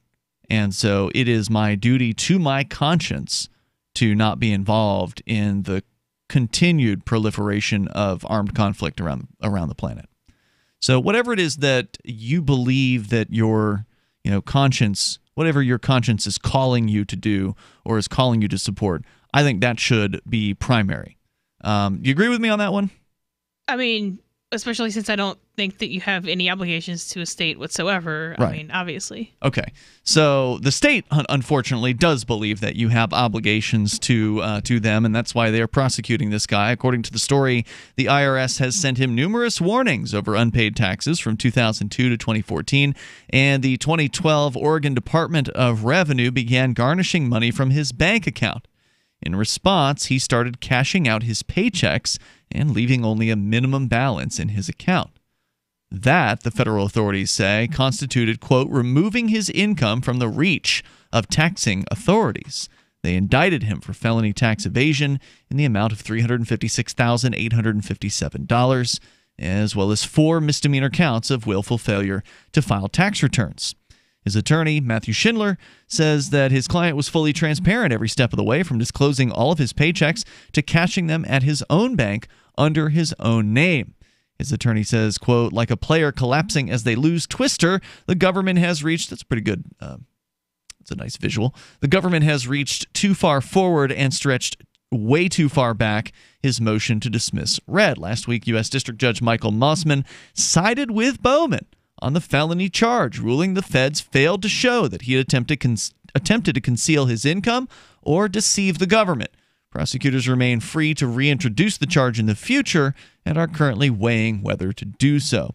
So, Melanie, you had said this story was dishonest, that the headline... Well, the headline is dishonest. I don't know if the story is dishonest or not. The headline here reads, U.S. Christian who refuses to pay taxes until abortion is defunded has his first big win in court.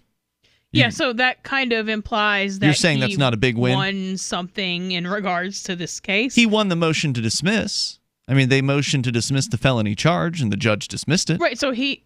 It sounds like it was without prejudice, but no, with prejudice. Which one's the one where they can't bring it back? Is that without prejudice? Because it's prejudiced against the motion.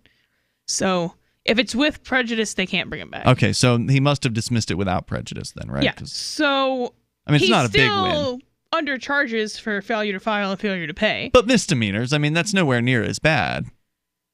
I mean, they dropped the felony charge. I mean, that's a pretty big deal, right? That kind of has nothing to do with his argument, though. So it doesn't cite what statute they charged him under, so I can't look it up and say if he committed that or didn't commit that based on these facts. Willful failure to file, whatever charge that is. He's still charged with that. Right. He's not charged with the felony. hiding income because he wasn't doing that. Felony tax evasion is what they were claiming. So that's right. Well, I mean, but it's common, though, Melanie, as you know, for prosecutors to bring charges that may not have any real backing behind them, right? Simply because they want to intimidate you. So if you go rob a bank and then you're charged with robbing a bank and murder one, and you didn't kill anybody, and then they drop the murder one charge, that's not a major win based on your argument or at all. Sure, but I mean, I would agree with you. This isn't a big win, but it's not something to be, laughed about. I mean, it's a pretty big deal to. It's an accomplishment to get them to drop a felony charge, I would say. Maybe. So, I mean, because a lot of time a judge won't rule in advance. Like if you motion to dismiss a charge in advance of actually going to trial, the judge will say, "Bring it up at trial."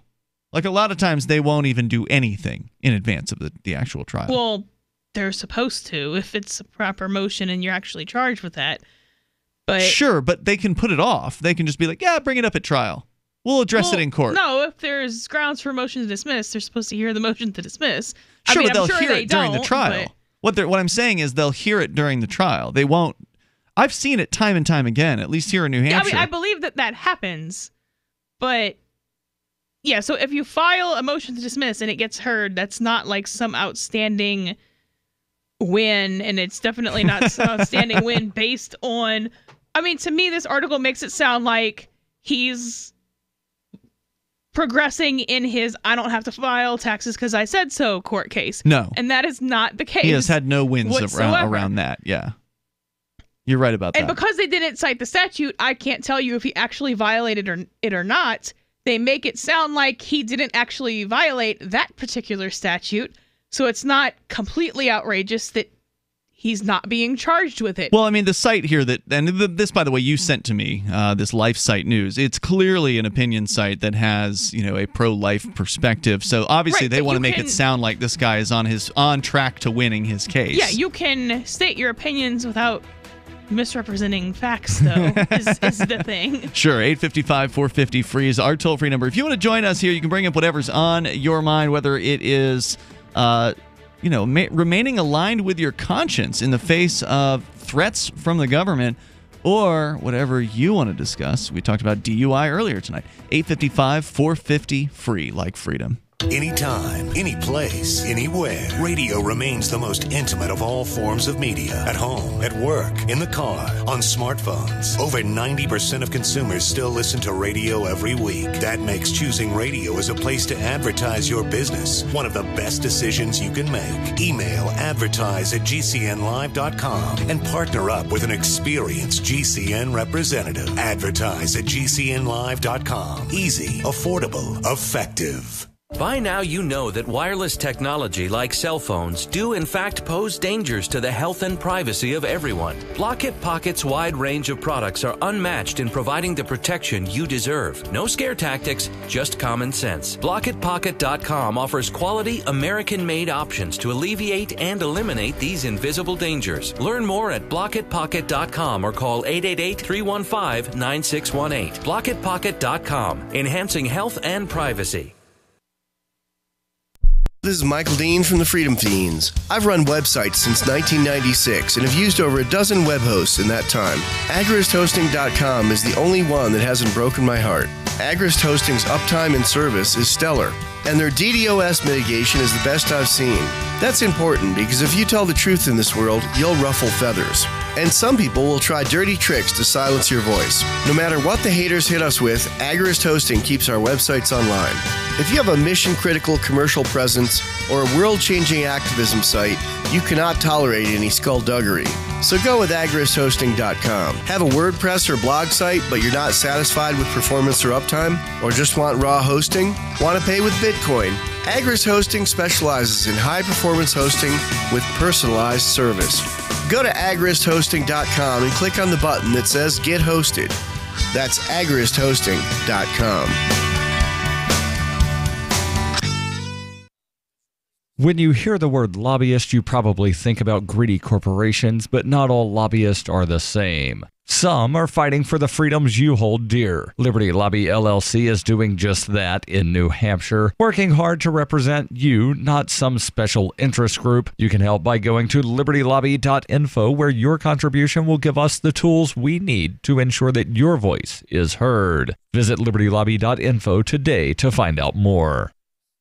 There are lots of ways to listen to Free Talk Live. Our podcast has been around since podcasts began, and now the FTL feed is loaded with content besides our full show archives. Did you know that we make it easy for you to customize your podcast subscriptions? We have different feeds, one that includes only our full shows, one with just the Daily Digest, and one with just the Edgington Post. You decide what you listen to. It's quick and easy to customize your feeds at feeds.freetalklive.com. That's feeds.freetalklive.com. We have some good news. The indictments against Ross Ulbricht in the District of Maryland were dismissed with prejudice, meaning they can never be refiled. This is especially good because those indictments contain the only charge ever made that Ross engaged in murder for hire. This was a serious allegation that Ross Ulbricht denies. It was never prosecuted or ruled on by a jury, but was trumpeted by the federal government and the media as if it were proven fact. The Maryland court held these indictments for almost 5 years, poisoning Ross's case and leaving him under a cloud of unproven allegations.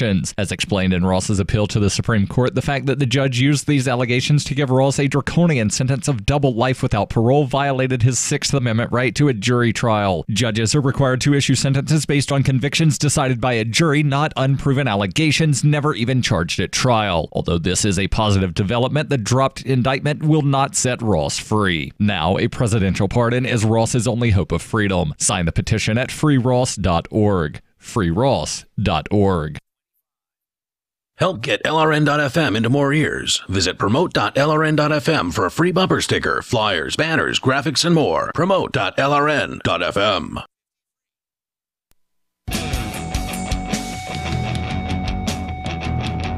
Hey, it is Free Talk Live. Open phones as always. Toll-free number for you, 855-450-FREE, like freedom. That's 855-450-3733. And also want to invite you to our website over at freetalklive.com. You can interact there in a variety of different ways. One of them is, you can subscribe to our podcast if you would like. There's a couple different versions of it. There's the sort of the full version, which has our full shows and the digest versions of the show in it. Or you can subscribe to just the full show podcast or just the digest version. So if you're time challenged, you don't have time to sit and listen to a 2-hour-long podcast 7 days a week, you can subscribe to the digest, and then you'll only have about 20 or 30 minutes a day, which is a lot easier to digest. You can go to feeds.freetalklive.com to find those links there. That's feeds.freetalklive.com. We'll go back to your calls and thoughts. We can talk more about folks deciding they don't want to pay taxes and what their reasons are. Some people are, in this case, this man in court in Oregon is against abortion. I'm against war. Against killing innocent people in the Middle East or wherever it is the U.S. military is going next. Hopefully they won't be going into Venezuela. Things are definitely getting heated down there as well. It's Ian and Melanie in the studio here tonight. Let's go to the phones and to your former home state, Melanie, of Louisiana, where Matthew is on the line. Go ahead, Matthew, listening via the TuneIn app. Yeah, so I am full of it, so I'll happily confess that, and I'm going to take care of that when I get home. But Sarah had called up about the red light cameras in Orleans Parish, next to Jefferson Parish. If you stop at the red light camera, at the red light, like you should, you have a good chance of being carjacked. It is one of the most violent places in the country. They put statues in jail, but they let violent criminals out. So people run these cameras all the time in Orleans Parish, simply as a defensive measure. Because, it's late at night, and you're not really sure what that guy standing at the corner did, or some people just drive around in condition white, and they do get carjacked. Condition white? Yeah, condition white. Best analogy is on a warship. When you turn off the radar, you turn off the sonar, you basically take the night watch crew, everybody goes to bed, no sentries, you're in a docket. So no defenses whatsoever, no awareness, no situational awareness. You're saying people drive around like that? Yeah, and in Orleans Parish, you will get carjacked if you're driving around like that. For sure. If you're texting on your phone and you're stopped at the red light, bad things could very likely happen to you. So you're saying people are given the choice between sit and wait for a carjacking, perhaps, or blow through a red light safely, because it's you can do it. You can take a right on a red safely at most intersections. Blow through the red light and then get a potential ticket for the red light camera, but ultimately avoid having your car stolen. Right, or possibly something worse happening to you, because some carjackers, they engage in some recreational target practice because they don't get to the range very much, Yeah. So that's, red light cameras can cost lives too. Yeah, it's a great point. And I appreciate you sharing that, Matthew. Anything else on your mind tonight? No, that was about it. Thanks for the call tonight. The toll-free number is 855-450-FREE. Was that what it was like in your area of Louisiana where you came from, Melanie? Well, so I was not old enough to remember being around Louisiana. I mean, around New Orleans. We weren't in the city limits in any real way. Residentially, I worked in New Orleans for a while, and I kind of didn't have to deal with that because I just went home at night. You don't want to stick around. At nighttime is what you're saying? Yeah. Okay. David is in New Mexico, listening via the TuneIn app. Hello, David. You're on Free Talk Live.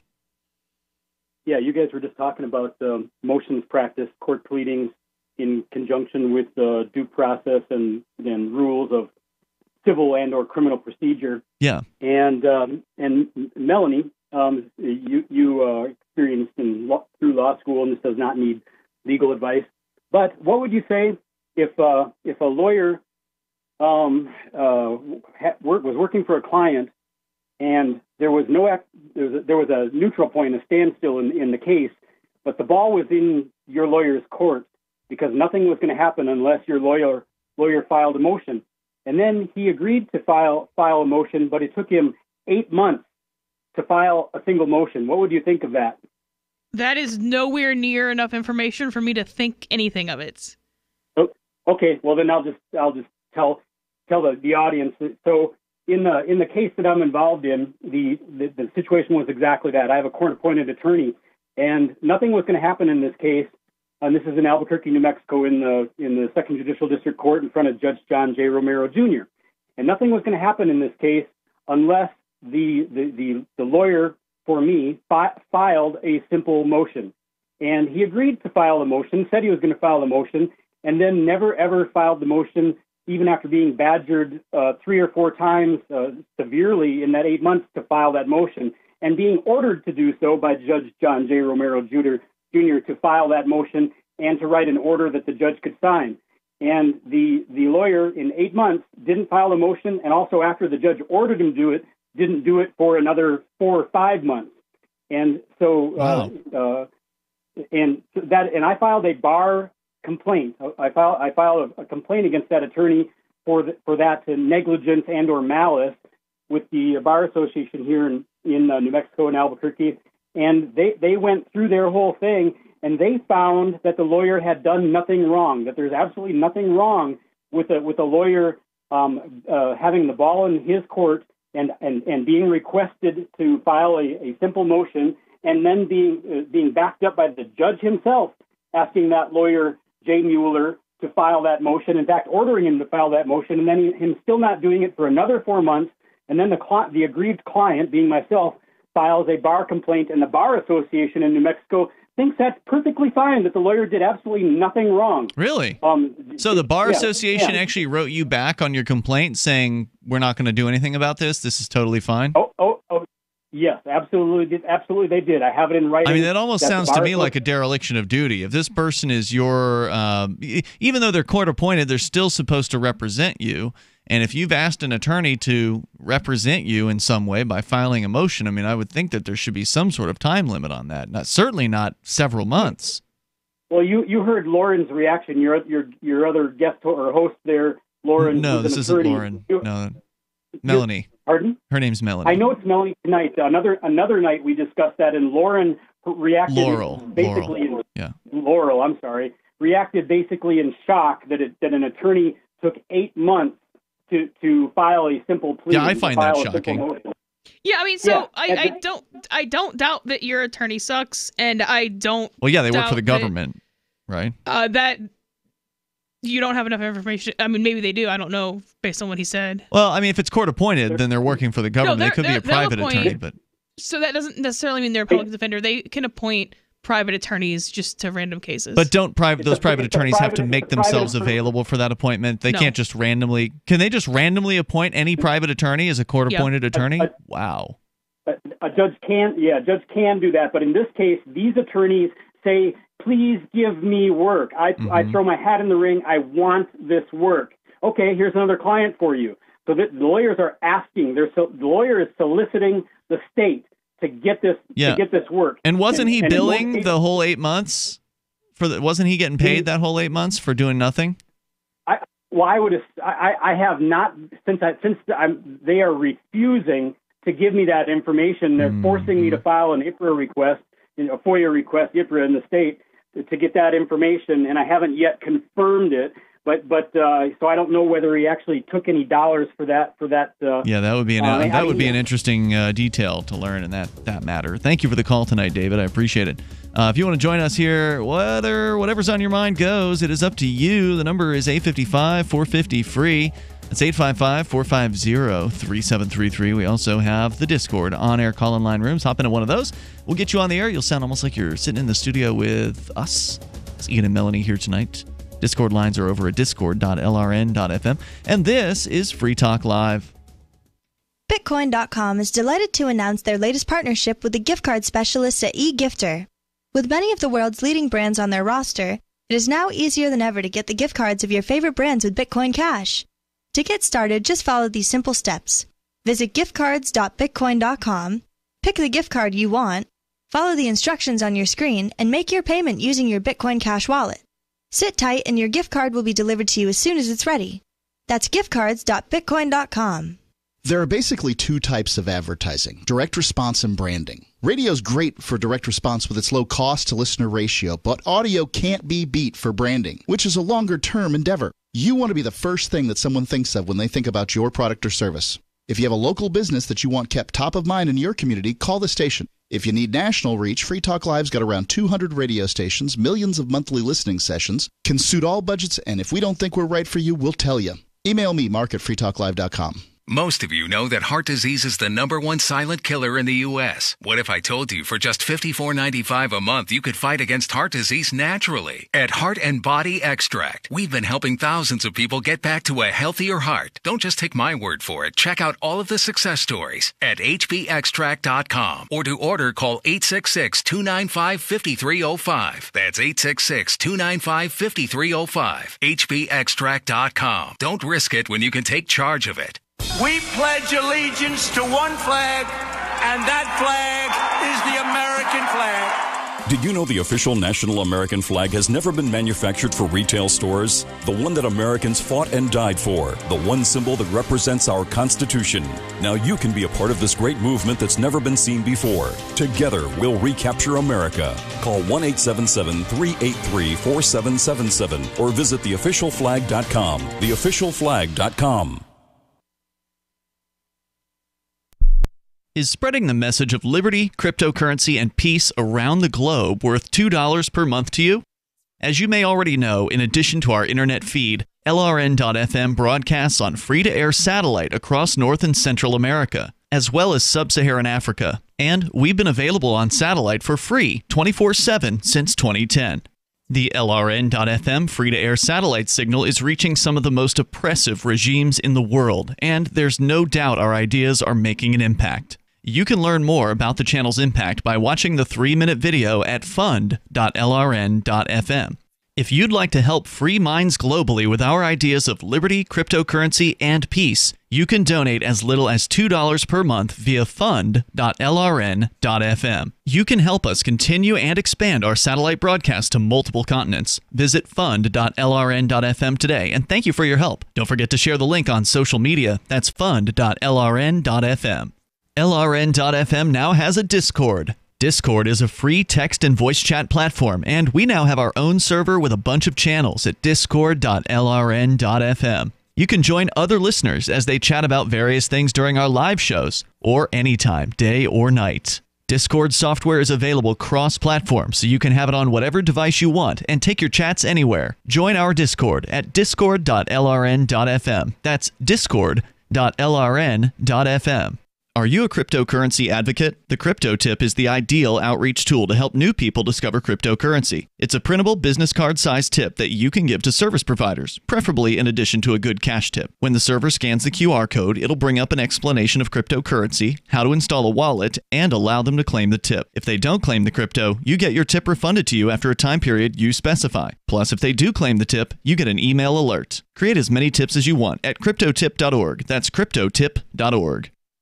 Some of our live shows are streamed in HD on Twitch. Please follow and share at twitch.lrn.fm. That's twitch.lrn.fm.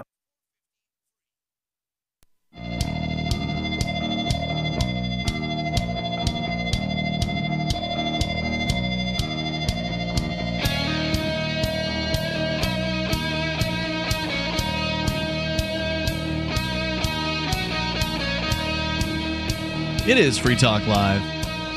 And you may dial in here toll free to take control of the airwaves. Our number is 855-450-FREE. That's 855-450-3733. Here in the studio tonight, you've got Ian. And Melanie. We're talking about taxes and the not paying of those taxes. And I think if you've got a good reason, you should not pay. I think that if you don't support the government, you shouldn't pay them. Well, screw those people. You don't need a reason. I mean, A, it's your money. B, if you can get away with it. I mean, the reason is I think I can get away with it. Not. Well, I mean, the reason specific. I mean, I'm sure you could come up with, a list of immoral programs if you felt like it. Of course. I mean, the entire government is immoral. Generally, I'm not saying it'll be a success in court because the government runs the court system. They're probably going to end up throwing you in a prison cell. Well, yeah, and so don't lark and rose it. Like, if you're going to not pay taxes, if you can get away with that, some people can, some people can't. How you do that is you just don't pay taxes. Mm-hmm. You don't write them letters and talk about, well, this is why I am not paying taxes because I hate you and everything you do. Signed me. Here's my return address. Don't do that. Right.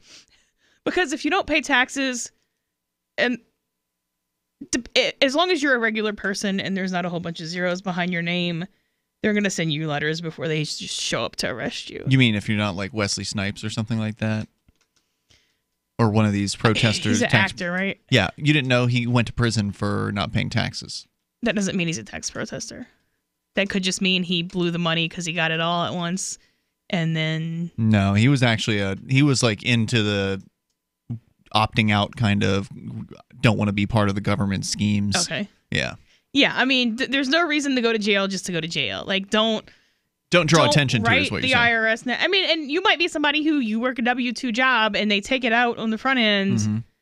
And if you do something like claim 10 exemptions, I don't even know if you can do that anymore, but you're saying after this falsely year, claim. but, You're saying falsely claim exemption. So, or claim exempt falsely, Mm-hmm. which is a weird concept. Now you're talking about perjury, right? If you're swearing to something that's not true, because you sign those documents under the potential charge of perjury, do you not? Yeah, but the more realistic issue is the second year you do that, they're just going to automatically deduct 28% instead of maybe your lower tax rate. Gotcha. So, yeah, if you have that kind of paper trail, or even, say you own your own business and you are a brick and mortar store, well, A, they know you exist. B, maybe you take credit cards and the credit card and PayPal is sending you 1099s for $100,000. There's not a whole lot you can do about that necessarily. But if you're going to go that route, there's not a whole, like, you don't file paperwork to commit tax evasion. You just commit tax evasion. Just go about your business. Don't talk to them. Ignore. Don't file the paperwork at all. Don't even try, because there's different schemes, right? Like, there's different tax gurus out there, many of whom have gone to prison, who will give you advice on how to fill out these forms in a way that'll somehow get you out of it. And I think a lot of that stuff just puts you in greater danger. Yeah, and most of the people I've dealt with who have got caught, if they were just a regular person, not too many zeros, and they got caught, the IRS is like, hello, we're the IRS. Did you know that taxes were a thing? Please file the last 3 years of tax returns. Thank you. Have a nice day. The people who did things like write Admiral Court phrases on a 1040 and mail it to the IRS, they got substantial fines. Really? In the tens of thousands of dollars. And by the way, at you're least. saying this as a professional accountant who has handled professionally taxes for a lot of people and businesses. So you're going to be hit if you don't do anything stupid and other than just not file, you're going to be hit with the past 3 years. Mm-hmm. Is that the maximum they can hit you for on No. failure to file? I thought they can go about like 6 or something. They like have a kind of implicit policy to only ask you for the last 3 years. Oh, really? But the they could do criminal more? statute of limitations for failure to file is 6 It's years. 6, okay. There is no maximum on how far back they can go. So if... Wait, what? How does that work? There's just isn't one. Meaning they can... So if you didn't file a tax return This guy, 50 for years instance, in ago- 1999 was the last... Yeah, so if you didn't file a tax return 50 years ago, they can't charge you criminally anymore. Right. But they can demand that you file it, and if you don't, they can seize your property. Whoa, okay. So... Wow, that's crazy. They don't usually do that. It's not worth it for just a regular person. I mean, how many records are going to even exist after 50 years? And that's part of why I think they only go back 3. Okay. Now, if you annoy the IRS, if you annoy some other branch of the government, like the DOJ or the FBI, who then orders the IRS to go after you, or if you're making millions of dollars, they're going to go back however far they feel like going back. I see. So they can do whatever they want to you, basically. I mean, yeah. 855-450 free. Speaking of people with a lot of money, according to tcpalm.com, there's more out of the prostitution scandal that has hit recently in the last couple of weeks, with the owner of the Patriots getting caught up, another billionaire who apparently went to a Jack Shack down in Florida and got caught from some kind of a police sting that was going on against that business. Billionaire equity firm owner John Childs is one of several men who's been accused of soliciting prostitution in connection with a Florida spa tied to an international human trafficking ring. Police said on Thursday. Childs, who lives seasonally in Indian River Shores, is wanted on a solicitation of prostitution charge. According to a warrant for his arrest, he has not yet been arrested. He owns J.W. Childs Associates, a private equity firm based in Massachusetts. So he's probably a snowbird. He's a prominent donor to several Republican politicians and groups, including former U.S. House Speaker Paul Ryan, Club for Growth, and Mitt Romney. He donated about $4.3 million to Republican candidates and PACs last cycle, according to a review of federal campaign finance records. His largest donation went to America First Action, so they go into all this guy's donations here. Apparently he's a big Republican supporter. We don't really care about all that. Childs hasn't responded to an interview request from TC Palm as of Friday evening. He told Bloomberg that police have not reached out to him about the charge. Quote, "The accusation of solicitation of prostitution is totally false," he told the outlet. He was just looking for a happy ending. "I have retained a lawyer," he says. Wait, he said that? No. Okay. I added the happy ending part. Childs also lives part-time outside of Boston, and his net worth is $1.2 billion. He told TC Palm in 2008 he'd moved to Vero Beach to escape the cold. Quote, "I had friends there and I came down. I liked what I saw. There were ducks, waterfowl, porpoises in the river, and even a resident bald eagle in a tree, and so I settled," he said, in Vero Beach. 6-month investigation revealed human traffickers were luring vulnerable women to massage parlors where they were coerced into working as prostitutes. Indian River County agencies have issued warrants for 173 people on charges ranging from human trafficking to racketeering to soliciting prostitution. Now, if there was actually human trafficking going on at this lingerie parlor or whatever exactly it was being, erotic massage. I'm not sure how they were, marketing themselves. But if they actually had sex slaves there, then obviously we oppose that. I think I can speak for you on this one. Yeah, I don't think that's strong enough language. If you were actually engaged in human trafficking, then you should die in a fire. Because as far as I know, that's the slowest, most painful way to die. But they throw that phrase around when they just mean prostitution. Yeah. And that's not cool, because if we're talking about just women who are, who feel desperate and they decide they want to become prostitutes so they can make some money quickly, and they chose to do that, then that's not trafficking. If in point of fact they were trafficked, meaning if they were threatened with violence or their family members were threatened with violence, if somebody sticks or they were just kidnapped. Right, kidnapped, held against their will. In a lot of cases, you can run, girly, but we know where your family lives, and we're going to kill your little sister is frequently what they will do to control these women. If they're being threatened in some way, or their family members are being threatened, and they have to work under the threat of violence, that's human trafficking. That's sex slavery, right. And then it kind of conflates the two when they just use that to mean all prostitution, because then you don't know if you're dealing with human trafficking or if you're dealing with prostitution. Right, and it's insulting to the women who choose the profession of prostitution.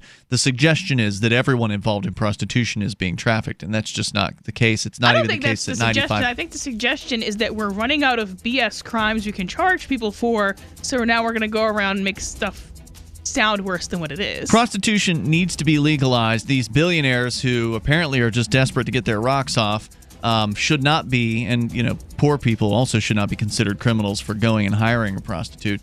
You can call in, share your thoughts, how you feel on legalization of prostitution. Phones are open for you at 855-450 free like freedom. It's Free Talk Live. Pain in my neck, back, and shoulders has really gotten worse. Relief for body pain is here with Sunny Bay heating pads. Well, the last thing I want is to take another pill, so what's so good about Sunny Bay heating pads? Sunny Bay heating pads, made by Biomed DB Design right here in the USA, come in all sizes. Our extra large microwavable heating pad for back pain is designed to be large enough to cover your entire back. It's also perfect to wrap around your legs, knees, or shoulder and neck. But I need to know they're good quality. Of course, Sunny Bay heating pads and pillows are often an Amazon choice, and it's easy and most affordable when you purchase your Sunny Bay heating pads right from our website, sunshinepillows.com, or call us 253-678-1361. Hey, a Sunny Bay heating pad would make a great gift, right? Yes, and they start at just $19.99 and free shipping is available. So call 253-678-1361 or shop for your Sunny Bay heating pad at sunshinepillows.com. Did you know that Free Aid is a mutual aid, educational, and networking organization? At Free Aid, we support volunteers who provide first aid. We do outreach to the public about health and safety, and we bring together medically skilled freedom lovers. Free Aid is made possible by your generous support. Donors can receive great gifts like first aid kits, t-shirts, silver dime cards, and hoodies. The Free Aid Silver Dime Card Project is sponsored in part by Roberts & Roberts Brokerage, Freedom's Phoenix, and Don't Tread on Meme. Visit fr33aid.com. The LRN.FM social media channels have been revamped. We've eliminated Facebook and focused on other platforms like Twitter and Mastodon, the decentralized alternative to Twitter. On our accounts, you'll find posts from multiple LRN.FM show hosts together in one place. Follow us on Twitter at twitter.lrn.fm, or better yet, move to the decentralized Mastodon social media platform at toot.lrn.fm, toot.lrn.fm. I think you'll like it. You're listening to the live edition of Free Talk Live. Hour number 3 is next after the news here on the Liberty Radio Network at LRN.FM. This is the Liberty Beat, your daily source for Liberty news and activist updates. Produced in partnership with SNLS News and listeners like you. Online at libertybeat.news and snls.news. I'm Mick Murrow with the Liberty Beat for Monday, February 25th, 2019. Gold opened today at $1,327. Silver opened at $15.87. And Bitcoin is trading around $3,849. Today's prices are brought to you by InnoScale. Take off with Managed Cloud. Looking for a safe, secure way to store your important files online? Let InnoScale handle it for you. Their high-availability cloud servers are the perfect solution for clients needing one or more secure, scalable servers with built-in hardware failover protection. For details, see them online at innoscale.net. In the news, Delaware State Police have been caught on camera in what is clearly a violation of the Fourth Amendment. The Free Thought Project reports the video shows police harassing an innocent black man, violating his rights by illegally searching his vehicle, and then sending him on his way as if he's supposed to accept that it's the way things are. Officer, did I consent to that search? I don't have to. I'm scared. You're suspicious. You have jersey tags, no one lives here, and you're in this area. The man who posted the video remains unnamed. He posted the video to YouTube to expose what he calls racial profiling. The video also documents the troopers refusing to provide their identity to the victim. Might I have all your badge numbers and names, please? Negative. When asked if they are going to do anything about the officers involved in the video, Delaware State Police Public Information Officer Sergeant Richard Bratz issued a statement saying that the department is aware of the YouTube video and they are investigating the facts surrounding the incident, adding that information will be released when it becomes available. The Liberty Beat is sponsored in part by Brave Botanicals, high-quality kratom and CBD at reasonable prices with excellent customer service. Brave Botanicals is activist-owned and mission-driven, fighting for your right to consume plant-based medicine and natural remedies. Find out more at mybravebotanicals.com.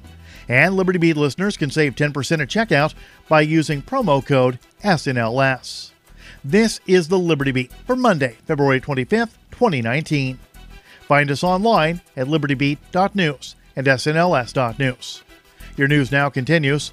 The European Union and the Spanish government on Monday both rejected calls by the Trump administration and Venezuelan opposition leader Juan Guaido to keep every option on the table to remove President Nicolas Maduro from power, saying they do not support nor would they participate in military intervention. The message from the EU followed violence at the Venezuela-Colombia border over the weekend, as Guaido supporters attempted to break through the Venezuelan border with food and medical supplies, in what critics have characterized as a deliberate provocation disguised as a humanitarian aid mission led by the Trump administration. The United States has also led calls for the international community to recognize Guaido as the president of Venezuela.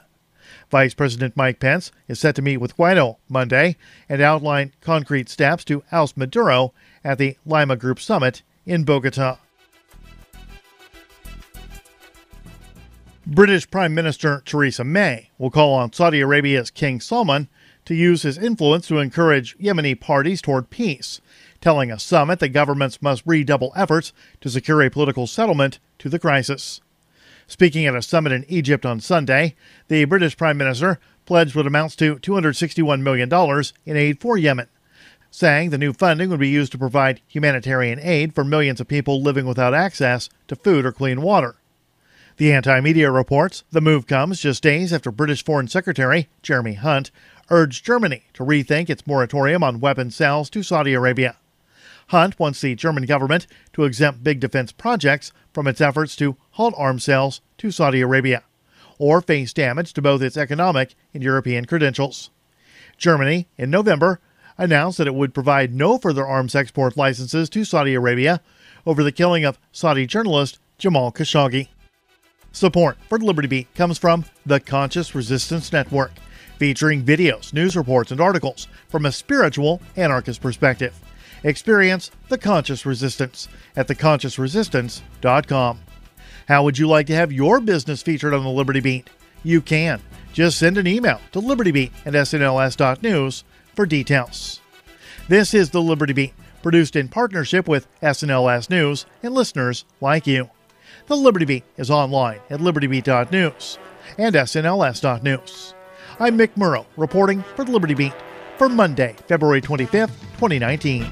Reminding you, spread liberty with a smile. Our planet is but a giant petri dish swirling with pathogens, all mixed by the filthy stirring straw that is the world's fauna. Simply by sitting on her eggs and breathing, this duck unleashes a torrent of avian botulism, cholera, and duck plague into the air. These jousting elk slough off bits of skin and fur, sending millions of harmful bacteria into the air.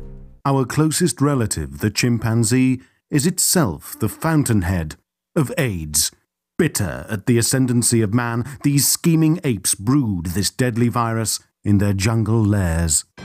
Nowhere on Earth is safe from the threat of animals. Even in the bitter wasteland of the Antarctic, penguins walk for miles inland, ensuring their afflictions reach every corner of the globe. This is the Onion News Network.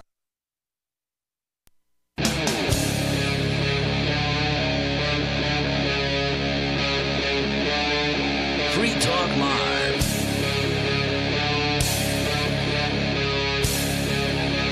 It is Free Talk Live. We're launching into the third hour of the program. Talking about legalization of prostitution, the issue of prostitution has been brought back into the national press by a couple of billionaires who have warrants for their arrest. The owner of the Patriots is one of them. And then news coming out about this other guy, a major Republican donor named John Childs, who is a billionaire equity firm owner. He also has donated millions of dollars in just the last campaign cycle to Republican candidates. So it's pretty funny to hear about these conservative guys getting popped at a Jack Shack down in Florida because, and I don't know, maybe John Childs is in favor of ending prostitution. I don't know what his viewpoints are, but it certainly doesn't seem to be uncommon for many of the very same people who protest the loudest about things like prostitution and how they should be illegal. They're the ones who end up on the list of Johns when, madams get busted and things like that. And then you find out that the very same people who were calling for prostitution to continue to be criminal are actually the very people who are using those services. So those hypocrisies are so common. I would just jump to the conclusion, probably it might be unfairly, that these, this conservative donor donating to conservative action groups would likely purport to be against the legalization of prostitution. When in fact, these people ought to support the ending of the criminalization of prostitution. If you care about slaves, sex slavery, if you care about ending sex slavery, then you really ought to be in favor of legalizing prostitution. Because there are a few things you can do to make sex slavery less common than legalize prostitution. One of the reasons why it is as common as it is, and it's not that common, just to be clear. Most prostitutes are not sex slaves. The supermajority of them, 95% probably of them, are not sex slaves, at least based on some of the testimony I've seen here in New Hampshire when there's been some proposals to just decriminalize prostitution somewhat, not even legalize it, but to decriminalize it. Some actual prostitutes, not from New Hampshire, but from like Rhode Island or wherever, come up and speak out, and they clarify for these legislators who just don't know the difference. They don't understand. They think that all these prostitutes are sex slaves. So maybe they should quit charging them with crimes? Quit charging the prostitutes? Think that they're sex slaves? Yeah. Right. Yeah, because if you're a slave, then you didn't have a choice in the matter. But all these women and men will tell you that they had a choice in the matter, that they chose to become prostitutes because there's good money in it.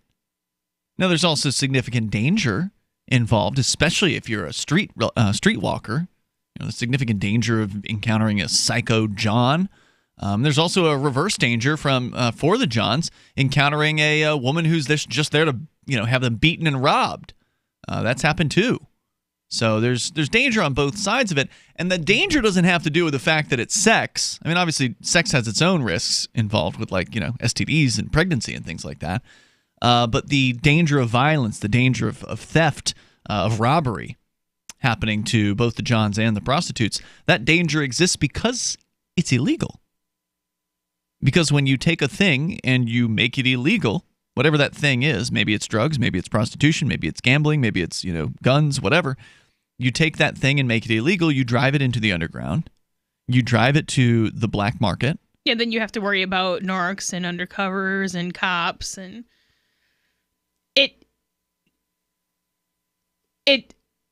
prostitution will probably still be dangerous, but it's much more dangerous, like everything else, because it's criminal. Well, that's what I'm saying. I mean, yeah, it's still going to have the risks of sexually transmitted diseases, right, if it were legal. And you can look to the places where it is legal to see how much less dangerous the actual act is. You're probably going to have a disproportionate amount of shady people, both as clients and as workers. Sure, but if you are not slinking through the shadows, if your business is open to the public, if it's known where its location is, you can advertise the fact that you exist.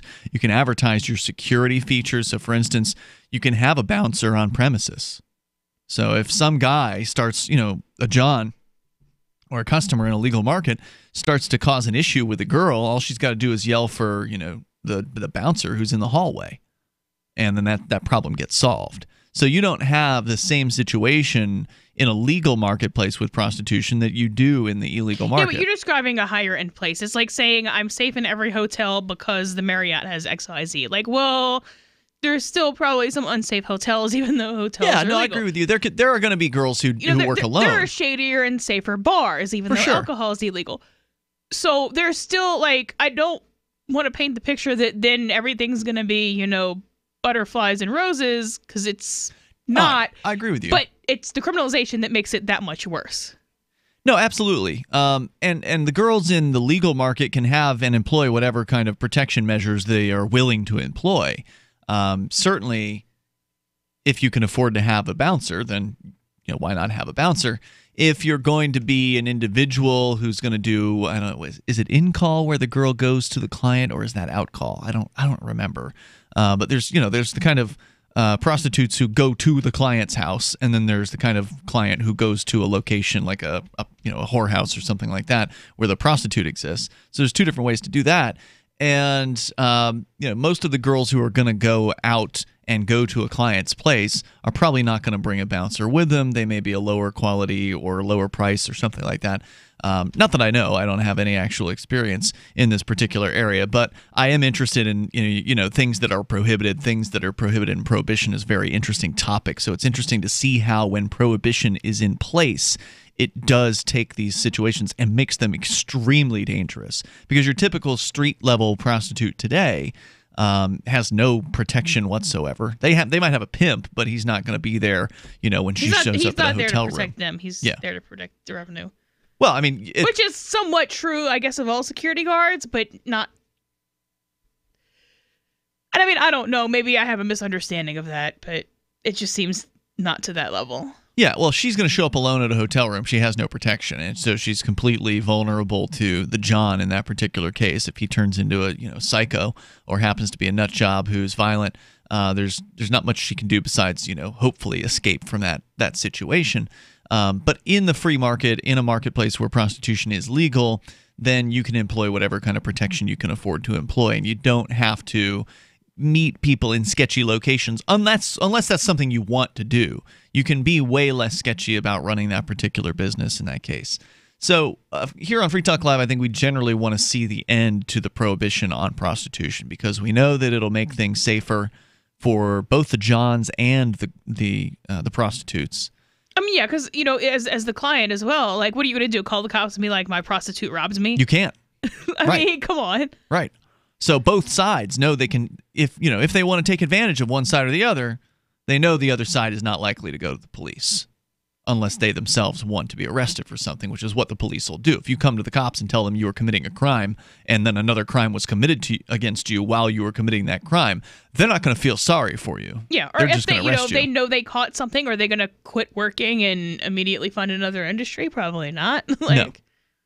So, and of course, STD testing becomes more common in a legal marketplace. You're more likely to have prostitutes offering to show their papers, show that they have been tested regularly or recently. So the more higher end, middle to upper end, or whatever, institutions will likely have that kind of testing being done regularly. I think Nevada may have a regulation in regards to that. So even if there isn't a regulation in place, it's likely the marketplace will show a certificate of cleanliness or something like that for the prostitute in question. But instead, what you end up with are people slinking around through back rooms and going to these massage parlors, which aren't in fact massage parlors. They're erotic massage with what they call happy ending, and you've got billionaires going in there. We didn't get to this story last night, but I had it last night, and Richie Rich was here, and he pointed out that this is ridiculous, that these billionaires, what are they doing? They can afford the higher end prostitutes.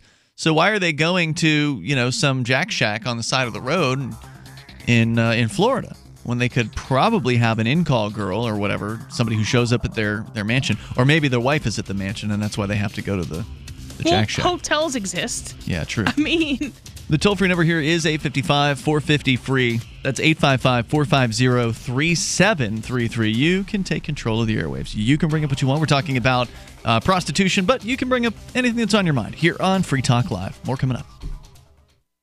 Smart Cash is a peer-to-peer digital currency that is fast, secure, and easy to use. Smart Cash also features smart rewards, a price stabilization mechanism, and a way to encourage long-term holding. Long-term holders are key to the project's success. You can earn smart rewards on any address for which you hold the private keys, which holds at least 1,000 smart for 1 month and does not make any outgoing transactions during that time. Smart rewards are distributed every 47,500 blocks to all eligible addresses. Learn more at smartcash.cc. Do you operate a retail business and are looking for a solution for point-of-sale cryptocurrency acceptance? It's never been easier thanks to AnyPay.global. There's no paperwork or approval process to open an account. If you already have a tablet at your cash register, you're almost done. Just sign up at AnyPay.global. Drop your personal crypto wallet addresses in our setup page, and then load our app. That's it. You're accepting cryptocurrency like Bitcoin and Dash at your store. Get started now at AnyPay.global. That's AnyPay.global. There are basically two types of advertising, direct response and branding. Radio's great for direct response with its low cost to listener ratio, but audio can't be beat for branding, which is a longer term endeavor. You want to be the first thing that someone thinks of when they think about your product or service. If you have a local business that you want kept top of mind in your community, call the station. If you need national reach, Free Talk Live's got around 200 radio stations, millions of monthly listening sessions, can suit all budgets, and if we don't think we're right for you, we'll tell you. Email me, mark@freetalklive.com. Bitcoin.com is delighted to announce their latest partnership with the gift card specialists at eGifter. With many of the world's leading brands on their roster, it is now easier than ever to get the gift cards of your favorite brands with Bitcoin Cash. To get started, just follow these simple steps. Visit giftcards.bitcoin.com, pick the gift card you want, follow the instructions on your screen, and make your payment using your Bitcoin Cash wallet. Sit tight and your gift card will be delivered to you as soon as it's ready. That's giftcards.bitcoin.com. A hot new murder craze sweeps Chicago. Things that shouldn't be said in modern society are said 1,400 times at the RNC, and a brave woman enters a restaurant without first looking it up online. This is the Onion Week in Review. The World Wildlife Fund quickly backtracked Thursday from a recently released press statement saying panda ears are, quote, absolutely delicious. Organization officials noted that while panda ears do taste amazing braised, steamed, fried, or cooked in an omelet, they should not have announced it publicly, nor should they have ever eaten any part of a cheetah, giraffe, or Bengal tiger, no matter how good they may be. According to company sources, the Netflix board of directors held a tense series of meetings earlier this morning to decide whether the fantasy comedy Michael is stream-worthy. The board reportedly sat through its mandatory 2 back-to-back screenings of the 1996 film starring John Travolta as an angel visiting Earth, all while passionately arguing over the film's story, acting, and level of enjoyment upon subsequent viewings to determine if the movie should be available through its instant viewing program.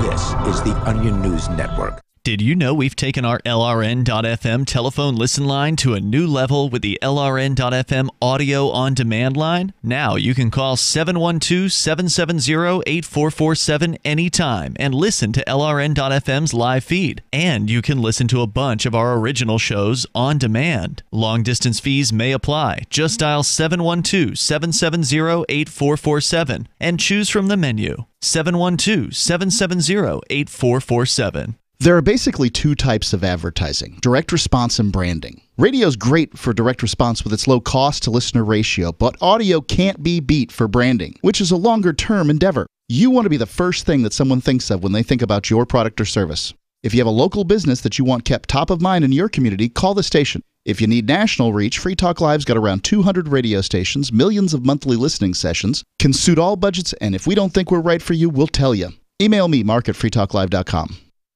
Love what we do? Please help support our international satellite channels at patreon.lrn.fm. That's patreon.lrn.fm.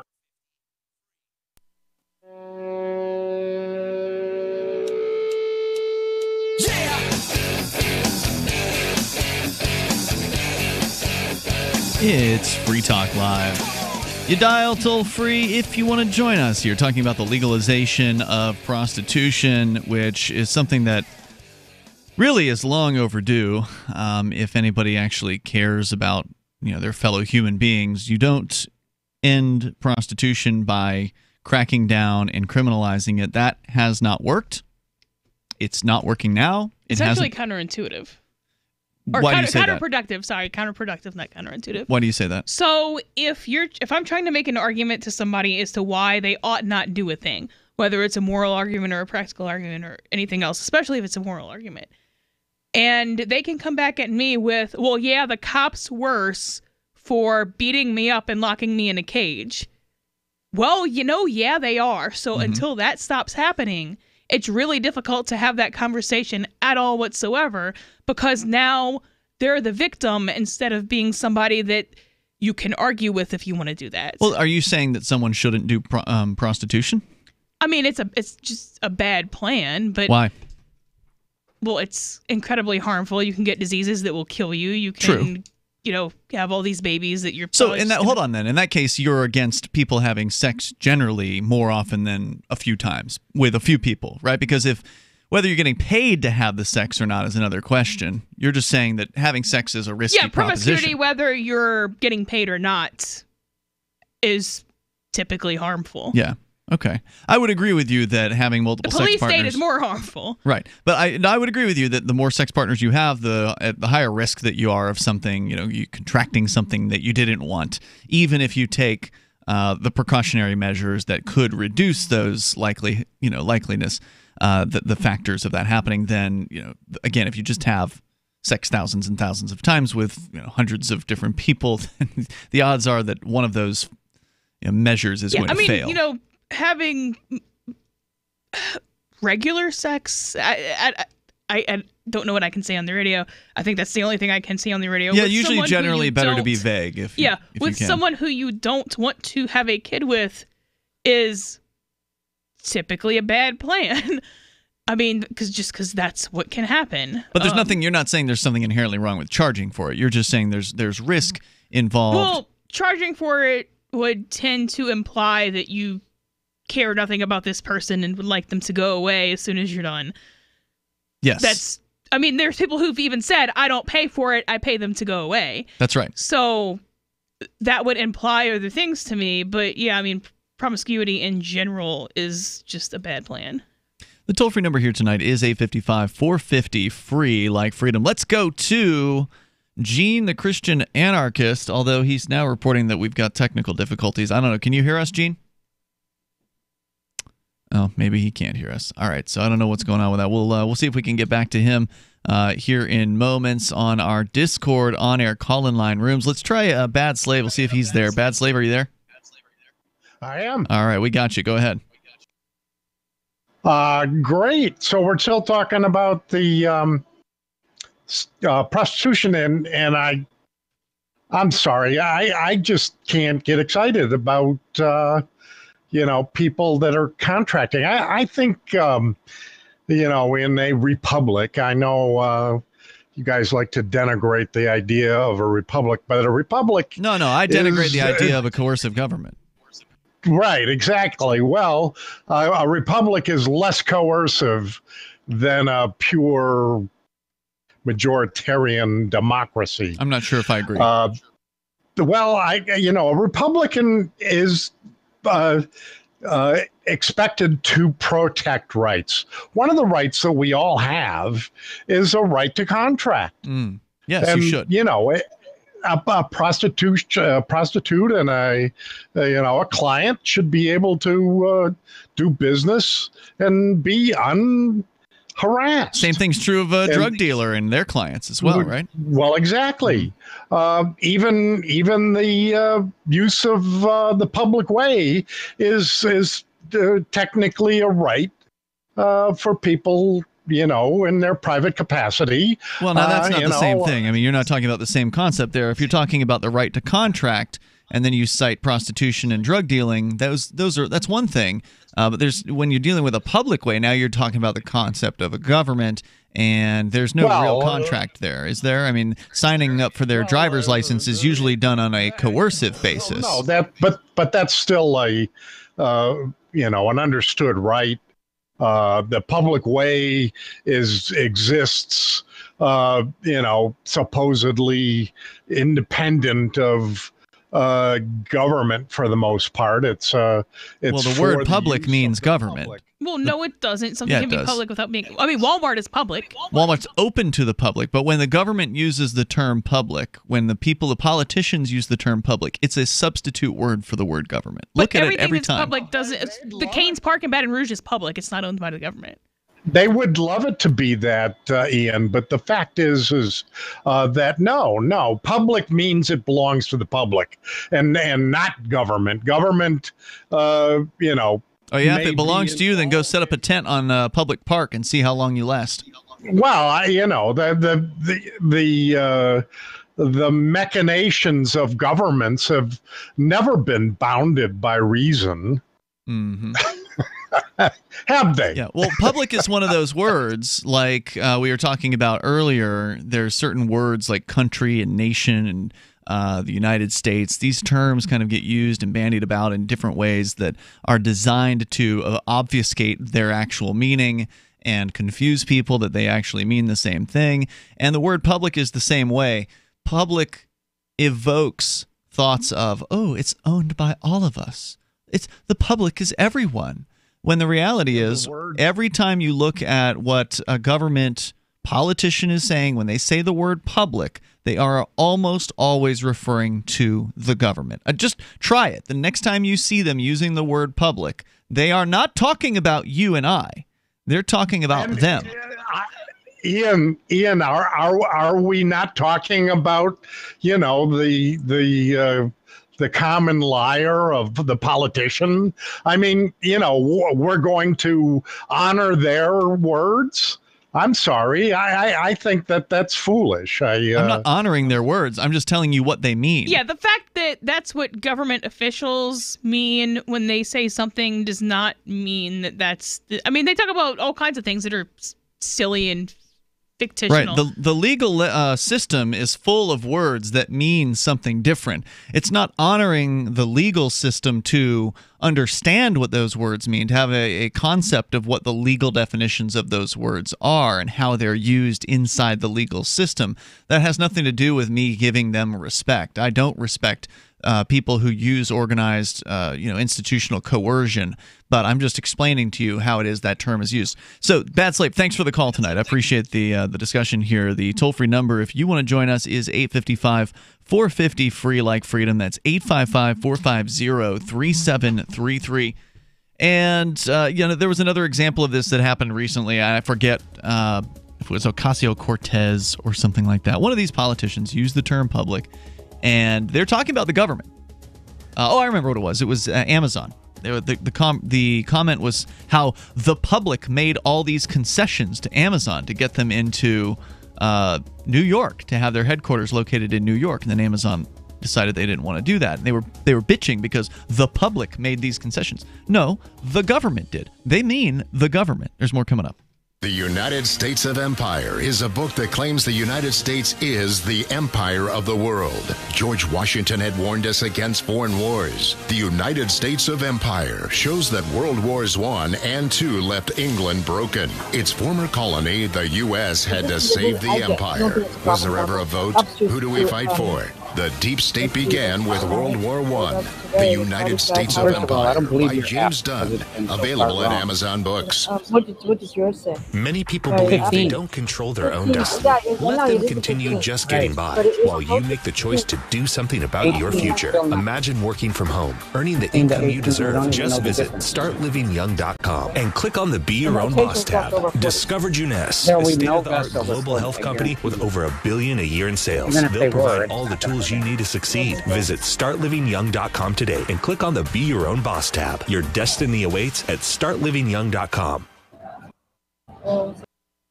Since time began, tyrants have taken aim at personal liberties. Now there's a movie that aims back. The government has no more right to tell us what to put in our bodies than they have to take our guns or tell us what books we can read. 6 drug police were eaten by bears while raiding a marijuana farm. On your knees, you dirty hippies! Jesus. On your knees! What's the problem, officer? Today, many cops who enforce pot laws do so only because it provides them with cushy jobs, good benefits, and a chance to push people around. I was an undercover narcotics officer. The drug war is nothing but a farce. The Second Amendment says you got to keep you and your get intact. Guns and Weed, The Road to Freedom. A film by Michael W. Dean and Nima Vadadi. DVD available now at gunsandweed.com or on Amazon. That's gunsandweed.com. Makes the perfect gift. Remember, that's gunsandweed.com. This Your Family Today tip is brought to you by Lil Drums. Every bit as fun as a full-size Nestle drumstick cone, and definitely cuter. Visit us at drumstick.com. Vacations are all about family time, but you don't have to leave home to have fun.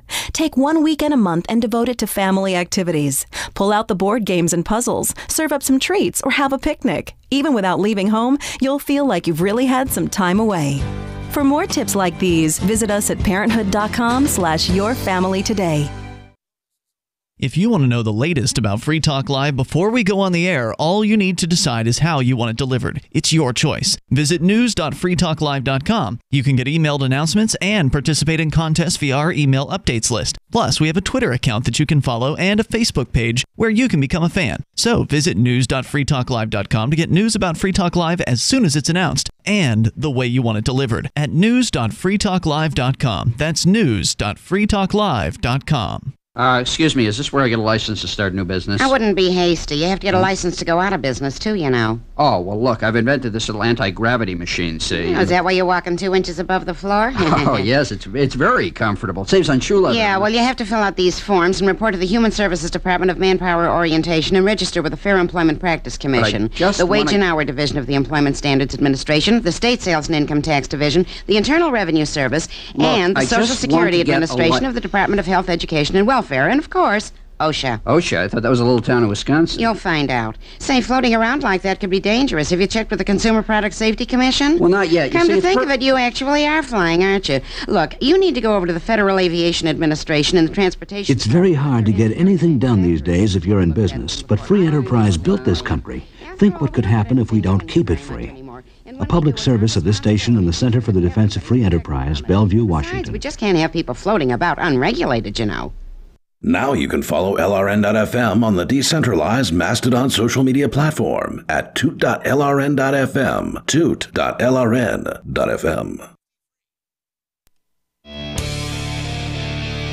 Free Talk Live. Open phones, as always. You don't have to call in about prostitution, but you're welcome to. That's the topic on the table at the moment, though. On the way, we can discuss, apparently, the Cubans, if we get the chance, although I don't know if we will. 855-450-FREE. They just apparently ratified a new constitution there, and we can tell you a little bit about that. It's Ian and Melanie in the studio here tonight. Our number is 855-450-FREE, and I want to say thanks to Curry Taylor, who's a Free Talk Live Silver Amplifier. Curry gives $5 a month to the AMP program over at amp.freetalklive.com, and it is a way for you to directly connect with us, connect your support to us, and help us get on more radio stations around the country. So we mentioned that we're now on KABQ in Albuquerque live every day during the week, and it's thanks to listeners like you becoming Free Talk Live amplifiers to help us advertise, market, and promote Free Talk Live. That's what AMP stands for. It's amp.freetalklive.com. You can do credit card, PayPal, Bitcoin, BTC to sign up there and get the cool perks and the benefits that you get as an amplifier over at amp.freetalklive.com, and it helps us out a lot. That's ampamp.freetalklive.com. As we continue, Gene the Christian Anarchist is with us, and his connection should be working now. Go ahead, Gene. Crikey, mate. I'm in Australia. Do they say crikey? I thought that was more of a UK thing. Crikey. No, that's an Australian, that's an Australian thing. All right, cool. Yeah. Well, good day. Anyway, good day down under. What time is it down there? Good day, mate. It's about, 1:34 in the afternoon. All right. What part of Australia are you visiting? We're in Sydney right now. In a few hours, we're going to go to the opera. I've never been to an opera in my life. Is that in that iconic building that they always show you when they show you a picture of Sydney? Yeah. I figured, well, we've been to the Opera House tour. Now we're going to go to an opera. Okay. So I'll probably sleep through the whole thing, and I'll be the only one there with an Ole Miss hat on. But, what the heck. How is the security, the customs getting into Australia? I've heard they're pretty particularly strict. Well, that's what I was going to talk about is Goonerman goon squads around the world. And I'll tell you, we've spent one day in New Zealand, and then we've been here almost 3 days in Sydney, and then we're going back to New Zealand. And so far, between both of those countries, which are kind of one and the same to me, they seem to be, I haven't seen a single police car. And Really? I'm driving. I've rented a car in both places, and driving on the wrong side of the road, which is kind of weird. But I've yet to see a single police car anywhere. Huh. And when going through customs, and not just this country, I've gone through about 25 countries now. I never went to any country until about 10 years ago. No, about 20 years ago when I first started going to China. And now I've been to about maybe 25 countries. And I never have any problem with goon squads anywhere in the world except for the USA. If you want to know what the worst experience you can have going through customs anywhere, just go through the U.S. customs. Right, come back into the USA. Yeah.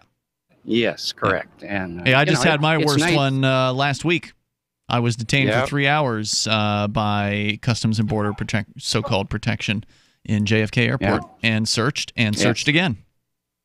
And I called you last week about the same thing because I'd been detained in either L.A. or San Francisco. I forget which one. Or maybe it was Seattle. But I never have any issues with any of the other countries. It's only our guys. You know, these guys will smile and treat you nice, you know, treat you with respect. But the U.S. goon squad wants to sound all rough and tough. And, you know, they got that gun on their hip that makes them feel like a big, rough, tough guy. Sure. I don't see, none of these other guys have guns. I've never seen one with a gun. Not in border protection, you know, they don't. They're just there to check paperwork. They're paper pushers. That's all they are. Yeah, all of them had guns when I was there at JFK. Every single one of them. Oh, in the U.S. Yeah. I'm talking about other countries. Right. So even in the Western biggies like Australia, you're not noticing the same attitude. No, and like I say, I haven't even seen a police car yet. Wow. I'm still looking. And it's been a couple days now. You've been down there a couple days, and you haven't even seen a single cop car.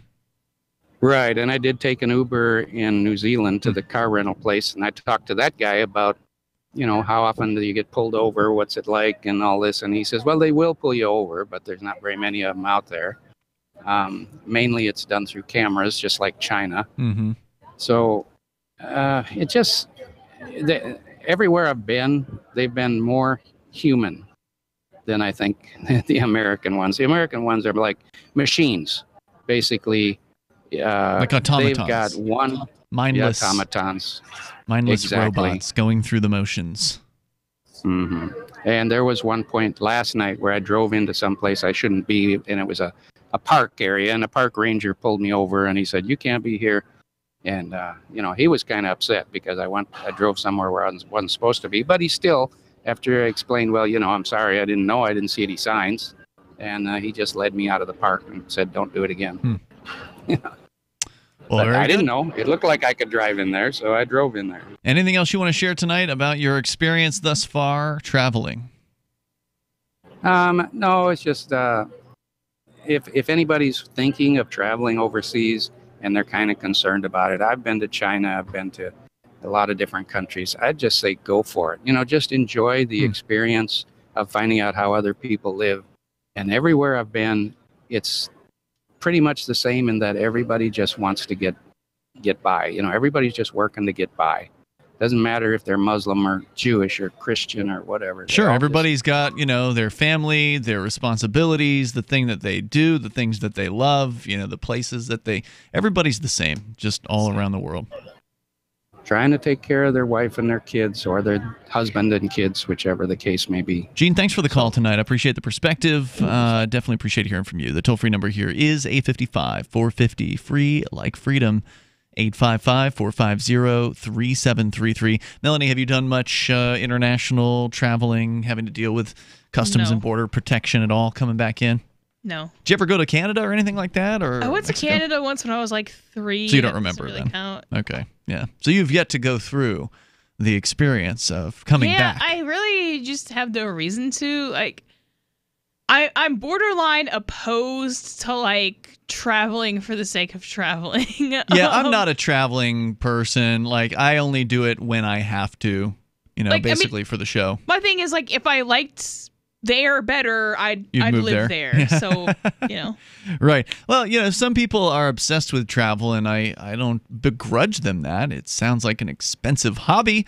But I always wonder about those folks. Are they just people who are not happy where they are and they're constantly looking? Well, I mean, sometimes you have a reason to go somewhere. Like if you have family somewhere or work somewhere, if you're visiting friends or there's, if you're an anarchist. But you just mean travel for the sake of travel. You mean travel for the sake. But yes, traveling for the sake of it is like, what can I do there I can't do here, Well, I mean, there's certain things that you can see there, right? Like usually travel is, in a lot of cases, about seeing the sights. For people or meeting the people. It sounds incredibly boring, and I can do it from Google Earth. Yeah, right. There's photographs, right? The toll-free number here is 855-450-FREE, although I imagine a travel addict or travel advocate would say it's not quite the same. Looking at a high-resolution photo isn't the same. Okay, so say it's better to the extent staring at something can be, quote, better. Yeah. Is it $10,000 better? Because that's what you have to justify. Pay. Yeah. At the very least, it's probably a couple grand, right? Yeah. Like if you're going to go somewhere outside of the immediate vicinity where you are, you can probably expect to pay several hundred bucks for plane tickets. Plus, if you're not, crashing at a friend's house, you're going to end up paying a couple $100 a night for a hotel room. So you're likely, and if there's two of you, you're way past $2,000, if not $4,000 for. Yeah, and that's for just basic. Going to California or Mexico or something like that. Not adding anything on and doing anything while you're there. Just kind of being just going there and eating somewhere here and there, staying at a hotel. All right, so you can bring up whatever you want, whether you want to talk travel or you want to discuss prostitution, legalization of it, and how the black market has made it even more dangerous, and that if you want to help people, if you really do want to fight human trafficking, then the best way that you can possibly do that is by legalizing prostitution. I mean, there's just no better way to do it. No amount of cracking down is going to help. In fact, a lot of the crackdowns have made human trafficking more dangerous. Like the crackdown on advertising prostitution ads on sites like Craigslist, for instance, has made it even harder to find those who are being promoted, who might be being promoted against their will for prostitution. There's more coming up here. It's Free Talk Live. We have some good news. The indictments against Ross Ulbricht in the District of Maryland were dismissed with prejudice, meaning they can never be refiled. This is especially good because those indictments contain the only charge ever made that Ross engaged in murder for hire. This was a serious allegation that Ross Ulbricht denies. It was never prosecuted or ruled on by a jury, but was trumpeted by the federal government and the media as if it were proven fact. The Maryland court held these indictments for almost 5 years, poisoning Ross's case and leaving him under a cloud of unproven allegations. As explained in Ross's appeal to the Supreme Court, the fact that the judge used these allegations to give Ross a draconian sentence of double life without parole violated his Sixth Amendment right to a jury trial. Judges are required to issue sentences based on convictions decided by a jury, not unproven allegations never even charged at trial. Although this is a positive development, the dropped indictment will not set Ross free. Now, a presidential pardon is Ross's only hope of freedom. Sign the petition at freeross.org. freeross.org. Know someone with a drinking or drug problem? Learn how to get sober after we share these stories. I was 35 with 2 beautiful children when my life and addiction started to spiral out of control. After my divorce, I went into a depression cycle and started drinking more often and using prescription drugs. After my second DWI and arrest, my ex-husband threatened to take our children away from me. I was 17 when I became addicted to heroin and meth. I thought I could quit on my own, but I couldn't. It hit me when I was arrested. Get sober now. Your private insurance may cover costs and we'll get you here. It's simple. Just call Elite Rehab Placement right now. Please don't wait. Your life matters to us. 800-213-9264. 800-213-9264. 800-213-9264. Call right now before it's too late. 800-213-9264. Why did you move to the Shire? I moved here to the Shire because there's other people around who take liberty just as seriously as I do. I moved to the Shire because I saw videos of people challenging authority and thought that I could get support myself. it called to me, like, do this right now. I wanted to be around people like me who got it. And once I got here, I knew there was nowhere else that I wanted to be. I've always wanted to change the world. So I moved to the Shire to join people who were actually working towards doing the same thing. The people here are awesome, loving, and positive. It was for the adventure and for the feeling of something important is happening here. And I just wanted to come to sort of be part of that. Visit ShireSociety.com to read and sign the Shire Society Declaration and learn the reasons why, if you love liberty, you should immigrate to the Shire. Plus, connect with others via the forum at ShireSociety.com. That's ShireSociety.com. Some of you asked, and now we've delivered. LRN.FM's live Keene, New Hampshire studio shows are now streamed in HD on Twitch. Visit our channel at twitch.lrn.fm and give it a follow. If you have Amazon Prime, you get one free subscription on Twitch. If you use it on our channel, Twitch will give LRN.FM a monthly piece of your Prime subscription cost. So please watch, follow, share, and subscribe to twitch.lrn.fm. That's twitch.lrn.fm. What do you shop for that you could otherwise buy at Amazon? Pretty much everything, right? Amazon has competitive pricing and they deliver, and that's a big plus. If you could plan ahead in your shopping, would you be interested in saving up to 33%? There's a catch. You have to do your shopping in Bitcoin. But imagine those savings. It's like a huge raise. All you have to do is go to saveitpurse.com. We've saved thousands, and you can too. Plan ahead and save. Saveitpurse.com. This is the Liberty Radio Network, broadcasting the latest liberty-oriented audio content 24 hours a day at LRN.FM.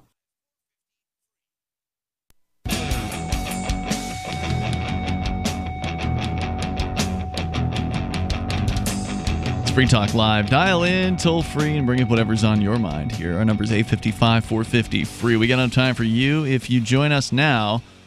Here on the radio with you tonight, it's Ian. And Melanie. Don't forget, you can also check our website out at freetalklive.com. We have video clips now. Just go to clips.freetalklive.com. That'll take you right to the Liberty Bits channel on YouTube, and you can subscribe there to receive, I think, a few video clips every single day. Eric Freerock is back out of retirement, and he has been cranking away on putting some video clips out of Free Talk Live, which is great because it makes it easier for people to share what we do. Because we do a radio show. It's a 3-hour radio show. You boil it down, take out the commercials, take out the news breaks. It turns into 2 hours of just, wall-to-wall content. And that's still a lot of content. It's hard to share a 2-hour-long show with somebody and say, hey, listen to this. Because the average person is going to be like, I don't have time for that. So if you just share a clip from the show that you will find over on our Clips channel at clips.freetalklive.com, it makes it a lot easier. And if you are following us on social media, including Twitter, Mastodon, and Telegram, then you will be given alerts when those clips come out. So if you want to follow us on Twitter, go to twitter.freetalklive.com. If you want to use Mastodon, which is, in my opinion, better than Twitter because it's decentralized, go to toot.freetalklive.com, toot.freetalklive.com. And to follow us on Telegram, on our Telegram channel, it's telegram.freetalklive.com. That'll get you to all those places, and all of them have the Free Talk Live video clips posted when they go live on YouTube. So once again, follow us there and share those clips. We sure do appreciate it. Great way to get the ideas of liberty out there into your social media and into your friends' eyes and ears and your family members and followers and all that. So thank you for doing that. All right, let's continue here as we go back to the phones, to the fun. We've got Andre listening, I believe, to WTTB out there in Vero Beach, Florida. Hello, Andre. Hi, how are you? Hey, welcome. You're on the air. Hey, thanks, Ian. I was going to shed some light about the DUI, just from past experience, not something that I'm proud of, but sure. When I was 19, I had reckless driving, which they considered like a DUI. They just couldn't prove anything. Mm-hmm. And quite honestly, about 25 years later, I got a DUI, and then 10 years went by. Now, to my understanding, if you get two within a 10-year period, you do go to jail, and you do serve time up to a year. That sounds familiar. If that's Florida, yeah, it sounds probably right. Yeah, and then the thing is, if you get your second one after 10 years, there is no jail time, but the consequences are pretty substantial. Mm-hmm. In my case, for instance, I'm in the tile marble business, so I drove about 30 miles to drop off a jackhammer. I did have a beer, and I got pulled over, and quite honestly, they asked me about doing the sobriety test, and I did 2 sheriffs pulled up, and I did the field test, and I passed. The one cop looked at me, he says, "Oh, you seem fine. Your eyes are red," and I was like, "It's all dust. You know, I'm not a doper, and I haven't been drinking, except I did have 1 beer." Oh, the other guy says, "Oh, you're from Vero Beach. You must be some rich guy, because I live in a wealthy town." Mm-hmm. But I'm not wealthy. And he asked me, "Would you blow?" And I said, I was told, because I have a lawyer friend, and he told me never blow. Boy, I'll tell you, that was the biggest mistake I ever did. But in front of the judge, the guy looked at me, he says, "I'm tired of you construction guys saying you had 1 beer when you probably had 10. The prosecutor started laughing, and I looked at the judge, and I probably should have held my tongue, and I said, "That's nice. You sit there high and mighty, and you're going to tell me that I've had 10 beers when I was honest. I passed the field sobriety test, and yet, boy," and he hammered me.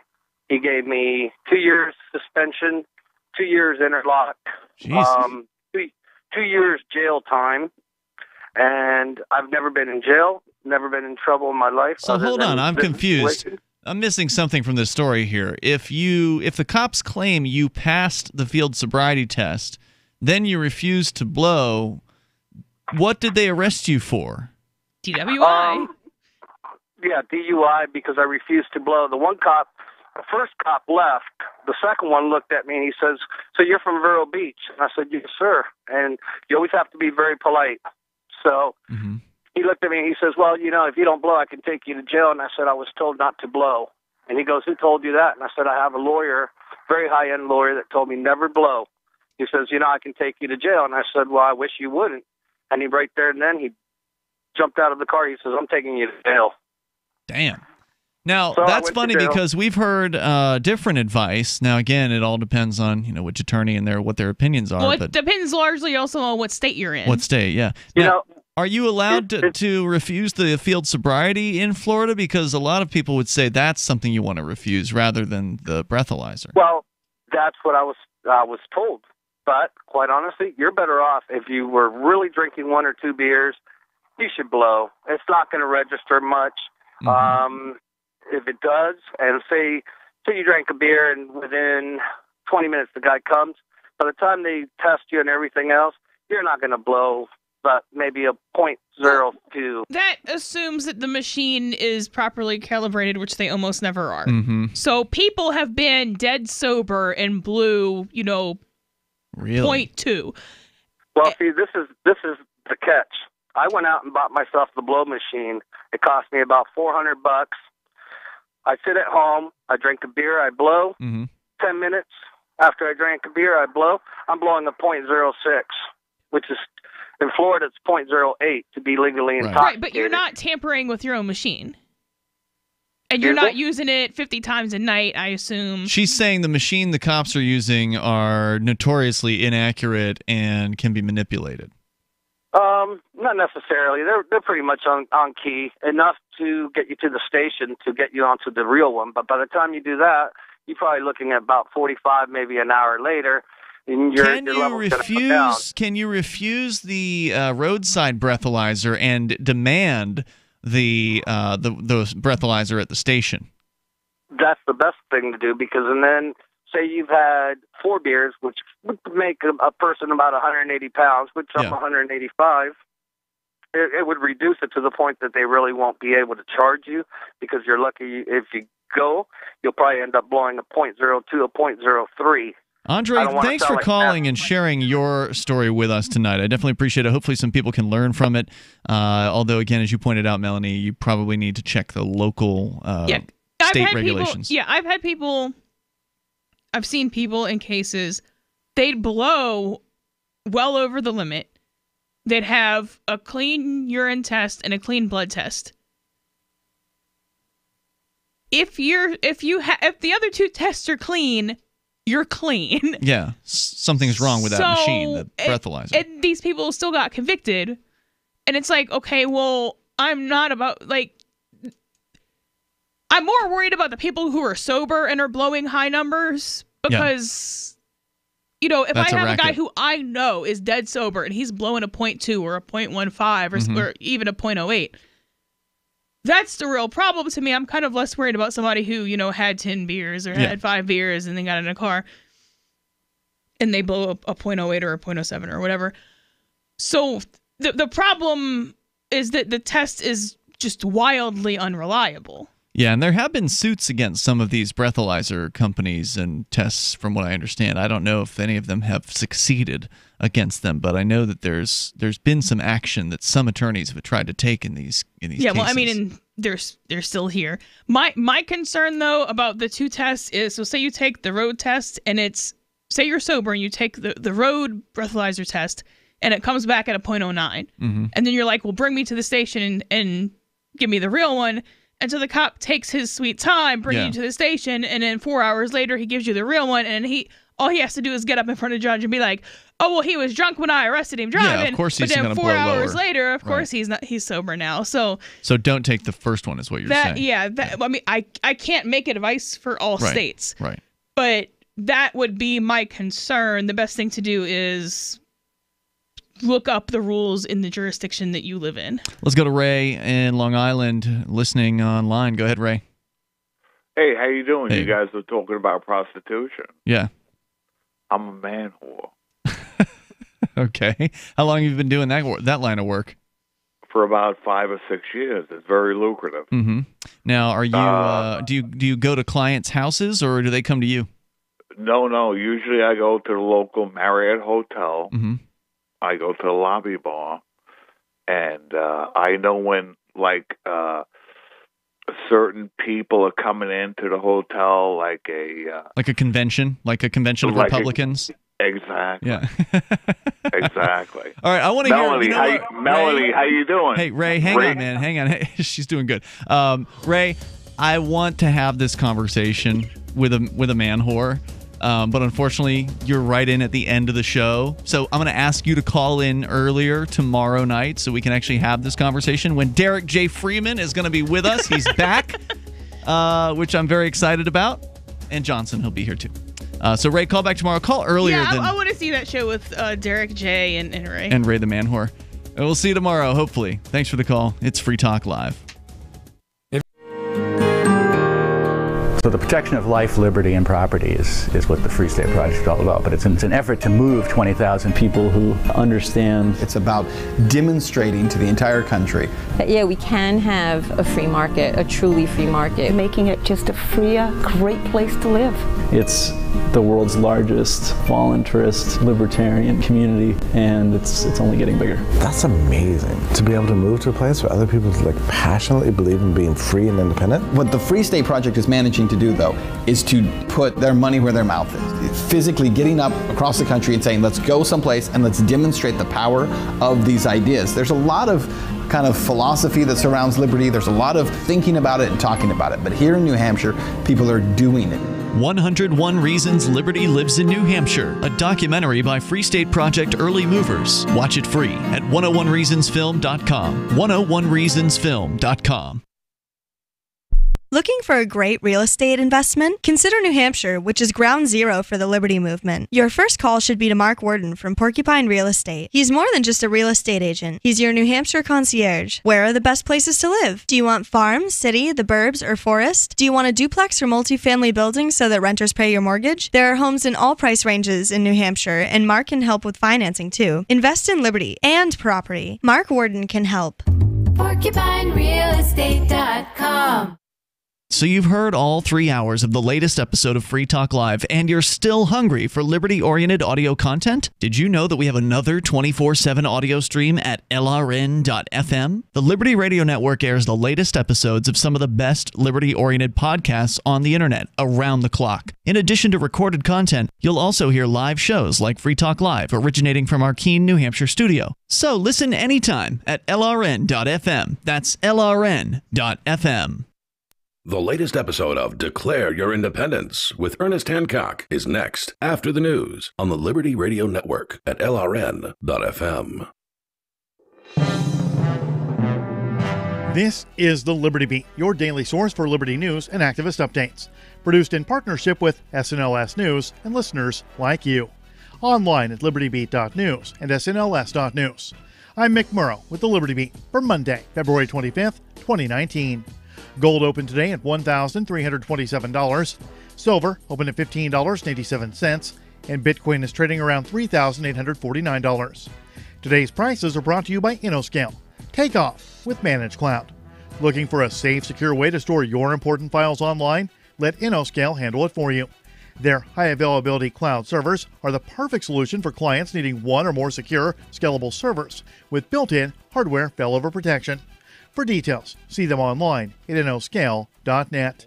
In the news, Delaware State Police have been caught on camera in what is clearly a violation of the Fourth Amendment. The Free Thought Project reports the video shows police harassing an innocent black man, violating his rights by illegally searching his vehicle, and then sending him on his way as if he's supposed to accept that it's the way things are. Officer, did I consent to that search? No, I'm scared. You're suspicious. You have Jersey tags, no one lives here, and you're in this area. The man who posted the video remains unnamed. He posted the video to YouTube to expose what he calls racial profiling. The video also documents the troopers refusing to provide their identity to the victim. May I have all your badge numbers and names, please? Negative. When asked if they are going to do anything about the officers involved in the video, Delaware State Police Public Information Officer Sergeant Richard Bratz issued a statement saying that the department is aware of the YouTube video and they are investigating the facts surrounding the incident, adding that information will be released when it becomes available. The Liberty Beat is sponsored in part by Brave Botanicals. High-quality kratom and CBD at reasonable prices with excellent customer service. Brave Botanicals is activist-owned and mission-driven, fighting for your right to consume plant-based medicine and natural remedies. Find out more at mybravebotanicals.com. And Liberty Beat listeners can save 10% at checkout by using promo code SNLS. This is the Liberty Beat for Monday, February 25th, 2019. Find us online at libertybeat.news and snls.news. Your news now continues. The European Union and the Spanish government